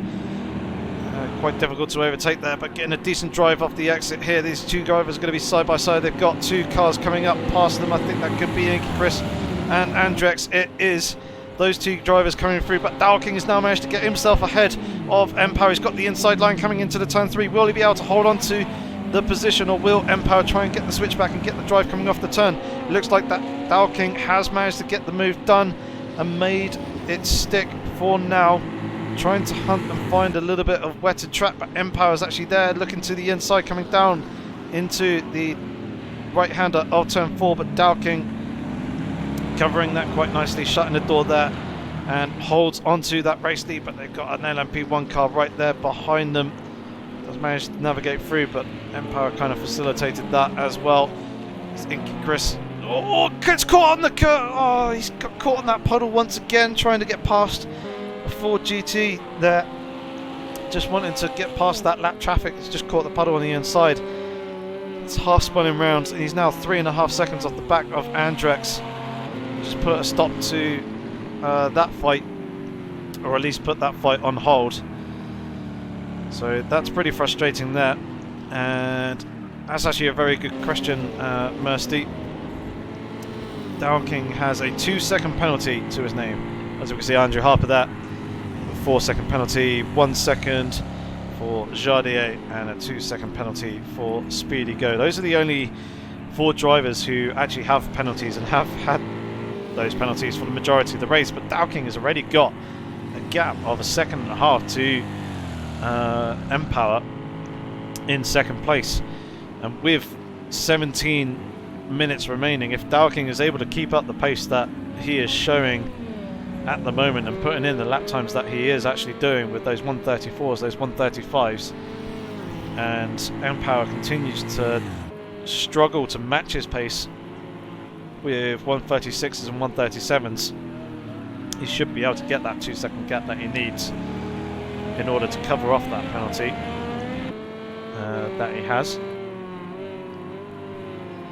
So we'll need to keep an eye on that as the race unfolds, as the Toyota is there kind of lurking on his inside but not really going for the move. But now again the Toyota really troubling Dowking at the moment, just playing it nice, easy and nice and cautious. Now Toyota should blast past the Corvette, such as the speed difference. So yeah, you can see the gap is already nearly 2 seconds coming into the final turn. He's got a little bit of lap traffic there in front of him. They'll do a pretty good job of staying out the way and allowing Dowking through without hindering and interfering. So yeah, now Empower is over 2 seconds off the back of Dowking. So if the race was to finish now, Dowking will hold on to that race lead and take the race win. Let's see what Inky Chris and Andrex are up to. Inky Chris has got that gap back down to 2 seconds again to Andrex. So taking a good 1.5 seconds out of the second place driver on the previous lap.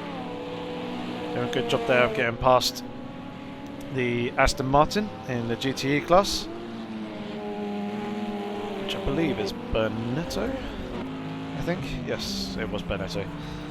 Yeah, he's at the back of the grid, 22nd overall, 14th in class. There's only 8 LMP1 drivers, I believe. Yeah, we've lost Skarky. He was at the back of the LMP1 field and was trying to work his way through the GTEs to get himself back up into 9th position overall. So we've lost him, unfortunately. We've lost Mr. Van Orman, we've lost Llamo. Who else have we lost? There's a couple of other drivers in the LMP1 class who we've lost, because we started with 10. No, sorry, we started off with 11 altogether. Conor McCoy is into the pit lane. Ah, that'd be why Conor McCoy's into the pit lane. He's only got 1 litre of fuel remaining. So he's managed to eat that out very well to get himself within the last 15 minutes of the race before needing to make his final stop. But Marauder is going to come through and retake that 4th position, I believe. Ah, no. Sorry, excuse me. Marauder is a lap down on Colonel McCoy, so he's just unlapped himself. And then Cleanstein is about 25 seconds off the back of Marauder. So jumping back up to this battle for 2nd position, the gap is now within 1.5 seconds. Another 9/10 of a second. Inky Chris took out of Andrex on the previous lap, and TPW has also lost connection as well.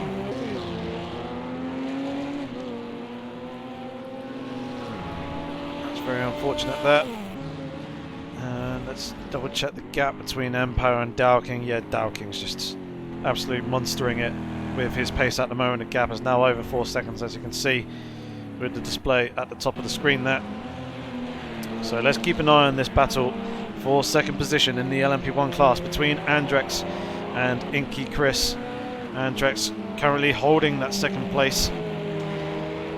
Inky Chris has got some Audi R18 company behind him, but I believe that is a driver that he has lapped, so he shouldn't be troubled by him too much. Leon the Sick One leading the way in the LMP1 class. an absolute class of his own, really. He's 1 minute and 26 seconds up the road to Andrex, which is more than a lap. So yeah, Leon the Sick One just showing the dominant pace in the LMP1 class at the moment. Inky Chris now within half a second to Andrex in front. A little bit of traffic contributed to that, I think, as they both come past another Corvette there. There's another GTE just in the braking zone here. This could hinder Andrex quite considerably in and around the apex. Had to have adjusted his apex speed to compensate for that. Chris very much there in the spray of the Audi in front of him. Doing a good job though to hook up the apex through the left-hander. Now coming into the next left, stay well away from that puddle that's forming on the inside. Do the same here, the right-hander. Inky Chris getting a slightly better run out the exit, possibly using a little bit more hybrid energy than Andrex coming down towards the penultimate turn. Now also depends on how much hybrid boost they both have saved up for this start-finish straight and how much they'll have saved up for the exit of turn 1 on the approach to the turn 3 hairpin. Chris will be wanting to get a decent drive coming off the exit here. There's a Porsche GTE doing a very good job of staying well over to the left out the way of these two.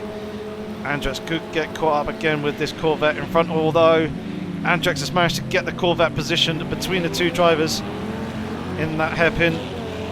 Good work by him and using the traffic to his advantage, but Inky Chris dispatches that Corvette without issue and pretty quickly, as to not really affect the gap all that much. Just a couple of attempts that Andrex managed to eke out with that piece of traffic.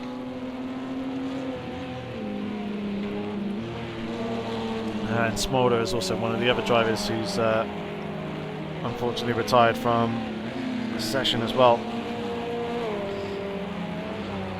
Inky Chris still continuing to apply the pressure as we come into the last 10 minutes of this 2-hour endurance race.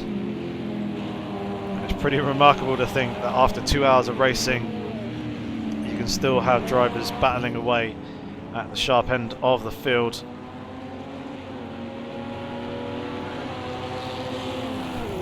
There within 0.3 of a second as they approach turn 1. Benetto is into the pit lane from the back of the GTE field, and Inky Chris is all over the back of Andrex as they're on the run up towards turn 3. Andrex is able to eke out a couple of car lengths on the hybrid energy and that top speed of the Audi over the Porsche. So Inky Chris has got to be clever and try and save some of the hybrid for other parts of the circuit where Andrex may not be using quite as much or may not have as much available on offer. And we've also got a Ford GT there in front of him as well. This could be decisive in this battle because Inky Chris has managed to get himself up into second position, but Andrex is going to have the inside line for the next left-hander. Both of them getting very close to contact, but Inky Chris conceding the position for now and slotting in behind, but also going for the switchback. He's got the inside for this next left, but he needs to watch out for that puddle on the inside there. We've also got one of the GTE cars, I think that may have been Dowking, that they're putting another lap down on. Going through the picture there, does a good job of staying out the way and not impeding on this battle in any way. But Inky Chris dumping a load of the hybrid, coming out the exit of the final turn on the run up towards turn 1. And try and recharge as much as possible, get a decent run coming through the first corner and get a good exit coming off it. And there you can see just Andrex got a little bit more hybrid on offer to just eke out those couple of car lengths that he needs to help defend and maintain the position and prevent Inky Chris from making a move into the braking zone for turn 3. But as we've seen previously, Inky Chris is saving his hybrid for other parts of the circuit, and especially if more traffic comes into play, it could help Inky Chris get that second position. Just slightly better on the throttle coming off the exit of that turn 4. through the left hand, a much nicer, neater and tidier line. We've got a Corvette up here in front of us, but it shouldn't really impact us. It's always spinning there. Oh, Andrex had to take to the grass in order to avoid the spinning Corvette. He does hold on to the second position for now though. Inky Chris holds station behind. Andrex a little bit deep there into the second to last turn. This could allow Inky Chris to get a decent run off the final corner, as they're both using the hybrid now. But it looks like Andrex is using just that little bit more to hold on to it. But another GTE here, up here in front of him. Andrex coming very much under threat from Inky Chris, as Inky Chris was having a look on the entry to turn one there, also on the exit. Had to back out of the throttle a little bit. And again, Andrex gets those crucial couple of car lengths that he needs to hold on to the position and prevent Inky Chris from being able to make a lunge in the heavy braking zone for turn 3. Now coming out the exit. It's so interesting to watch, see the hybrid strategy between the two drivers and see where the Porsche is able to use a little bit more hybrid and say the Audi. It certainly seems that on a consistent basis that Inky Chris is just a little bit better through that turn 4 and out the exit of it. As Andrex struggles a little bit. No, Inky Chris goes way out wide there, doing a little bit rallycross driving out through the gravel. But again, there's another spinner just in front of this battling pair, and that very much keeps the fight alive because the gap is still within half a second between the two drivers. This is insane, coming down into the last 5 minutes and 40 odd seconds now of this race. Inky Chris still all over the back of Andrex. I think Inky Chris needs to save. Oh, no, that's a mistake by Andrex. Andrex goes really deep there into turn 1. That's going to send him off the exit of the corner, and that's demoted him down into third place. But he's coming back at Inky Chris now. He's looking to the inside, coming into the heavy braking zone for turn 3. Inky Chris is going to have to give him the racing room, but can he hold it around the outside here? It's going to be a race on the hybrid between the two drivers as they're accelerating off the corner. It looks like Inky Chris does have the legs over Andrex in the Audi just for the moment, but Andrex is coming back at him again, looking to the inside, trying to make the move down the inside, coming into the turn 4. So very close between the two, as Andrex was a little bit late there on the brakes there. So nearly collected the back of Inky Chris. He did an absolutely fantastic job to avoid making contact, but Inky Chris now consolidating that second position. He's got a 7/10 of a second gap behind him, but that doesn't mean that he can rest easy. There is still 4.5 minutes remaining in this race, and Andrex has, he's well backed out of it now. Potential slowdown penalty, I think, maybe for Andrex, because he has now gone and lost that 2 seconds or so to Inky Chris, and has instead just kind of settled for third position, which is a shame. It would have been fantastic to have seen a raging battle to the flag for second position. Now we're actually seeing a raging battle at the head of, or near the front of the field. It's between Scott and Jardier. The gap between the two has closed up quite significantly. It's actually Jardier is trying to come past Scott. Scott's had his previous lap was terrible with 1:38. Jardier's is much better, but Scott has managed to get up ahead of Jardier, get that defensive inside line for the turn 3 right-hander, and manages to grab onto the position despite being sideways at the apex there. Jardier is trying to come at him still.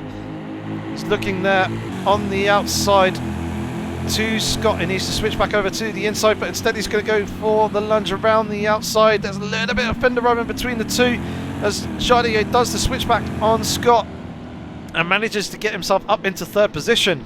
Fantastic move there by Jardier, and surely with the pace being indicated by Jardier's previous lap, he should start to pull away head over heels from Scott and eke out that gap. And you can already see over 6/10 of a second in just a couple of corners.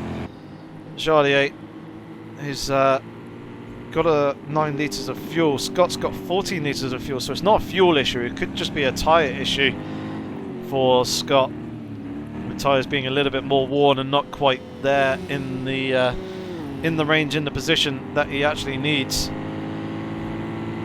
So Jardier now back up into third place, which I imagine he'll be a little bit happier with after having lost what was essentially the lead in class earlier on. Dowking's just had a dominant performance here in the wet weather, and as you oh my god, 21.5 seconds to Empower. It wasn't that long ago that we were seeing Empower and Dowking battling for the lead in the GTE class, and Dowking has just absolutely run away with the leading class there. Empower is good, almost 3 seconds slower on the previous lap, so it doesn't seem like it's a fuel issue. He's got 9.5 litres, there's plenty of fuel remaining for the remainder of the race. Dowking's certainly safe, but yeah, it's possibly just some mistakes by Empower somewhere along the line, or potentially getting caught up with some traffic situations. Leon, the sick one, then he's got some damage to the front of his car. He doesn't have a headlight there. I'm not actually sure if that's actually representative of what he's actually seeing, but yeah, that's... I'm hoping that's not actual damage that we're seeing, but he's got plenty of fuel for the remainder of the race. So has Inky Chris, they're a good 12 litres. Andrex has got 10.5. Essentially just doing a fuel check now to see if anyone's marginal on fuel. Conor McCoy's will be safe with that 7 litres. Marauder in 5th position. He's got 12 litres in his fuel tank. Cleanstein, 8 litres, so he's safe. Coxon is definitely safe there at 28, and Andrew Harper is definitely going to be safe with 13 litres as well. So all the LMP1 drivers will be able to make it to the end of the race, no problem. Dowking should certainly be able to make it with 9 litres, which I think definitely will be able to. So will Empower. Jardier, he'll be good with those 6 litres that he has there. Scott has got 11, he'll be alright. Chloe will be fine with 9 litres, so will the GW. Speedy Go in 7th position, 15.5 litres. Safe Bazanchek, 11.6 litres, that is safe as well. So is Back Gabrielson in 9th place. Flaming Parrot, 3.5 litres, a little bit more marginal, but definitely be able to do another lap with that fuel tank. 9.3 litres for Mali Bako. Royalty having a little bit of struggles there. He's got 17 litres on board, so he'll be fine there. Pretty much a full fuel tank, well actually an MP1 fuel tank should I say, with 60 odd litres for Takuza, definitely safe. Bonetto is all good as well. So now we just look to Leon the sick one, as we have run the entirety of the 2 hours. So this is the final lap of the race. Coming through the penultimate turn now. He's got a Corvette there in front of him, but he's just going to slot in behind and not really trouble it too much. But Leon the sick one coming across the start-finish line to take his first win in the PC Endurance League with Season 5. He wasn't there for the first race, but he's had an absolutely dominant performance here in round 2, finishing an entire lap ahead of everybody else in the field. Inky Chris will be coming home a minute and a half behind on track to take 2nd place. Solid performance by him, and he got second place in the previous round as well, so very good points for Inky Chris in terms of the championship in the pro class. Andrex coming across the line with a flash of lights to take 3rd position. Solid job by him. Conor McCoy will be the next LMP1, I believe, coming across the line. Here is Dowking, your GTE class winner. Absolutely dominant performance in the wet, coming home to a gap of 27.5 seconds to Empower behind, who's just on the run down towards the penultimate turn. Empower will be pretty pleased with the points haul. Second place in the season, as actually Bonetto is having a spin there on the exit of the second to last corner. But Empower coming across the line to take 2nd place in the GTE class. Very good job by you, sir. Jardier struggling in it a little bit initially with the with the earlier wetter conditions. He now comes across the line, and he ended up coming home in 3rd place, being pushed across the line by one of the LMP1 class cars. But here is your official standings then. Leon the Sick One taking the race win with Inky Chris in second. Andrex third. Colin McCoy fourth. Fifth position went to Marauder.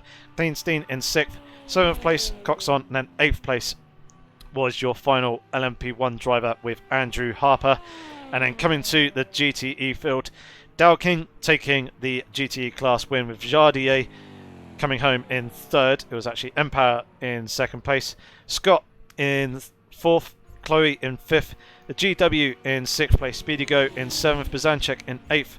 Bat Gabelson in ninth place. 10th place was Flaming Parrot. Mali Bacco was in 11th. Royalties was there in 11th. Royalty was in 12th. Dakuza was in 13th. Bonetto in 14th. And then Colin retired to come home in 15th. And he retired on lap 27, so he didn't make the halfway mark and therefore won't be scoring any points. But that is that from the round 2 of season 5 of the Apex Online Racing Endurance League. So we shall return back to the lobby now, and I think we should wait a short period of time, just 30 odd seconds or so, just to see if any drivers from the race do actually want to have interviews with us. So we'll just wait a moment to see if any of them are coming in, and I can see that there is one driver there waiting in the ready for interview room, so we shall bring him in. And here he is, your GTE class winner, Dow King. How are you feeling, sir, after that phenomenal performance? Yeah, good. My pace in the wet was unbelievable. I wasn't expecting it. I thought they'd drop me. You know, it worked out good. Yeah. Did you set up your car for the wet weather conditions, or were you just kind of... Do you know what? Just before the race, I added a little bit more toe and one click of wing, and it works a treat. You know, so I was struggling a little bit with oversteer, but even in the dry, it was still quite oversteery. But in the wet, it was just on rails. Crazy. I was going to say, the pace that you were putting in comparison to the other drivers was pretty phenomenal, and you had a pretty good intense battle with Empire in the last half an hour or so, and then, man, that gap that you built up between him to definitely make sure that you covered off that 2-second time limit penalty that you had, that was phenomenal, man. Yeah, he was driving great, to be fair. And I didn't think I was going to close it down as quick as I did. I don't know if he started making mistakes, and as soon as I got round him, he just dropped back. So, yeah, I think Scott was driving fast and all in the wet. I don't know what happened to him. I don't know if he got caught up with another driver there. Potentially, I didn't quite see what happened to his race, but either way, fantastic, phenomenal job by you, sir, and congratulations on your class win. Obviously, that'll probably make you feel better after the comeback drive that you had to make last round as well. Yeah, of course, yeah. Made me feel a little bit better. Cool. Right, I'll let you get off and enjoy the rest of your evening. Thank you. Cheers. No problem, sir. We'll get Leon the Sick One into the commentary box.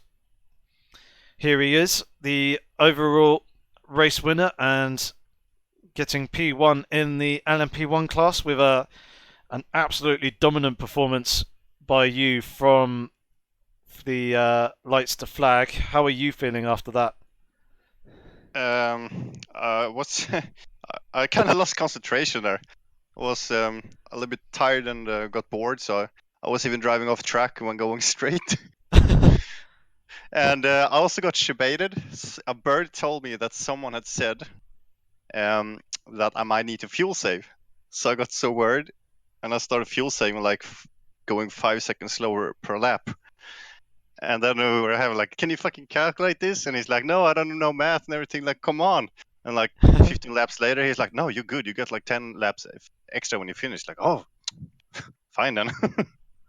Yeah, it's always important to do the fuel calculations before the race, but obviously with the mixed conditions, that kind of makes things a little bit more difficult because obviously the lap times change. You use a different amount of fuel per lap, but obviously you missed the first round, but you were there for the second, so you're getting your first win. How are you feeling for the future rounds? I don't know. Nothing, I guess. Well, I hope for some battles. That would be fun. Yeah, definitely. I'd like to maybe see that as well. Llamo or maybe Senmo is gonna come back, or Yeah, it was unfortunate to see that Llamo wasn't able to actually make the race. Obviously, he had the disconnect between the qualifying and the race session. I think it was it wasn't.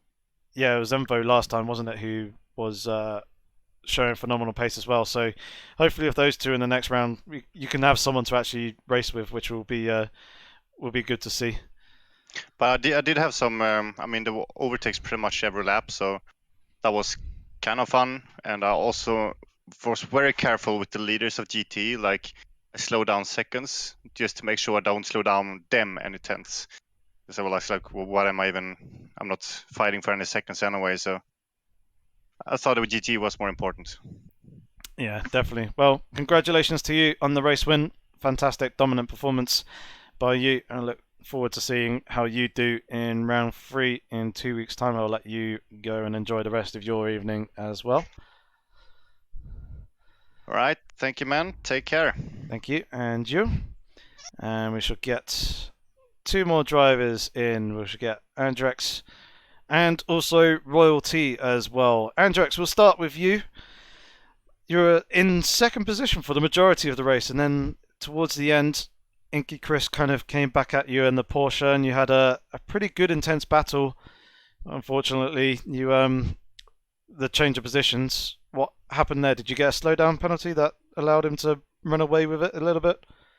No, I locked up going into that turn one, kind of looking between my mirrors and the GTE car in front of me, thinking, can I get past? And I decided maybe a little bit too late to not go for it, and I locked the brakes up a bit, and it just like went straight on aquaplane.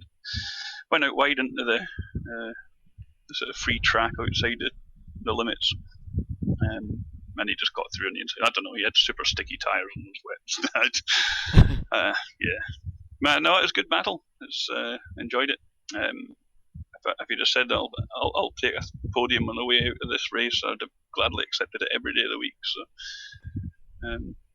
yeah, no, it was good fun.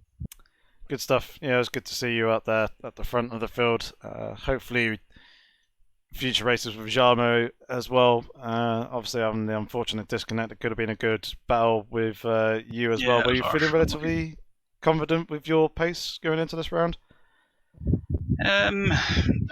The plan was just to not wreck the car or make any silly mistakes or anything. So I got a little bit caught out last race with back markers, and I played a little bit safer this, maybe almost perhaps too cautiously, not going for a move when I potentially could have done. And it just let Inky catch up on each of those occasions, but he was catching me at a phenomenal rate, and when he got past me, he just disappeared pretty much. So yeah, I think it was going to happen eventually, but to reach to the 4-minute left mark before he got past was a little bit. But no, I'm happy with third. Yeah, it's a shame with Jarmo dropping, because I think he'd have been right up there. I think he had the pace over me as well, so it could have been quite interesting. But it's the way it goes for racing, unfortunately. Yeah, definitely. Well, congratulations on third place, getting yourself onto the podium. Decent result there, and let you enjoy the rest of your evening, and look forward to seeing how you perform in the future rounds as well. And obviously, thank you very much for setting up the league. Yeah, no, it's good. Thank you. Thanks for the comms. Cheers. And also got Royalty, and what I'll also do actually as well, I'll bring in Mally back out as well. I'll interview you both together. I didn't unfortunately get to see too much from both of your races, but how did they go from your perspectives? Well, hello, just to correct you from the first side, it's Bacho, but you learn sorry. that with time. I apologize. I'm probably pretty well renowned for butchering people's names, so I am terribly sorry about that. But yeah, how did you do, man? Well, A bit disappointed with my race, especially with so many disconnects. I end up only one place above my quali. That especially has to do a lot with my spinning out towards the end. Just a long work day and a long race, so everything can happen. Plus the wet, Yeah, it definitely throws something into the mix. Royalty, how did your race go, man? Well, I had a wonderful controller disconnect at the beginning, which ruined my really perfect start. And then I ended up ruining Andrix's second place because I happened to be the GTE car that he was trying to pass in turn one. But other than that, I actually, um, during my two pit stops, I ran out of wet tires, and I just decided to me just put wet tires on for the second stint, and they managed to actually last and keep up with the pace that I was running for the rest of the race. Good stuff. As I said, unfortunately, I didn't really get to see too much of you guys. Try to obviously go through the field when I can to update everyone on your positions, but hopefully both of you can have some better luck in the future rounds. How are you guys feeling with the next few races? Well, to be honest with you, since I'm the only Ferrari on the grid, also in Daytona. I've felt pretty bad about Daytona because of the slow straight speed on Ferrari, so I hoped that I could gain time here, but obviously was not the case. I don't know. I'll have to refocus and maximum attack from now on. Hopefully to get up into above the other drivers in the championship, but it will take some courage. It will take some experience, and but hopefully it will be a good one. Yeah, Yeah. Oh, go on, Royalty. Sorry. no worries. I'm looking forward to the future races. It's a good learning experience. My teammate is quicker than me in most cases, although I do manage to keep up with him. I just can't be consistent. So my plan going forward is just to try and work on my consistency so that I don't fall too far back and we score good points in the team championship. Yeah, excellent. Good stuff. Well, Circuit of the Americas is the next track. Obviously, a bit more downforce. Hopefully, that will fare you a little bit better in the Ferrari. Should suit you a little bit better there, Mali Bacho. But yeah, thank you very much for Oh, you got it correct. coming in. Yes, well, now that you've told me how to properly say it, I shall be using that going forward. So thank you very much for that. Thank you very much for coming in, and thanks very much for participating in the race. I'll let you guys head off and enjoy the rest of your evenings. Thanks, mate. Thanks. No problem. So that is going to be it with our coverage of round 2. Hopefully you guys enjoyed that. If you did, give the live stream a thumbs up. If you have any comments or questions, feel free to leave them down in the comments section below. And as you can see, our next race is going to be on the 30th of May. But between now and then, the Apex Online Racing channel will be doing plenty of races, live streams across various leagues, across various different games. So make sure you hit that subscribe button if you do not want to be missing out on any future races. But otherwise, I've been Yorkie065. Thank you very much for tuning in, everyone supporting in the live stream and watching the race and giving me a little bit of company here in the commentary box with your live chat. But yeah, thanks very much. Hopefully I'll catch you in the next one. Until then, have fun, stay safe, and take care.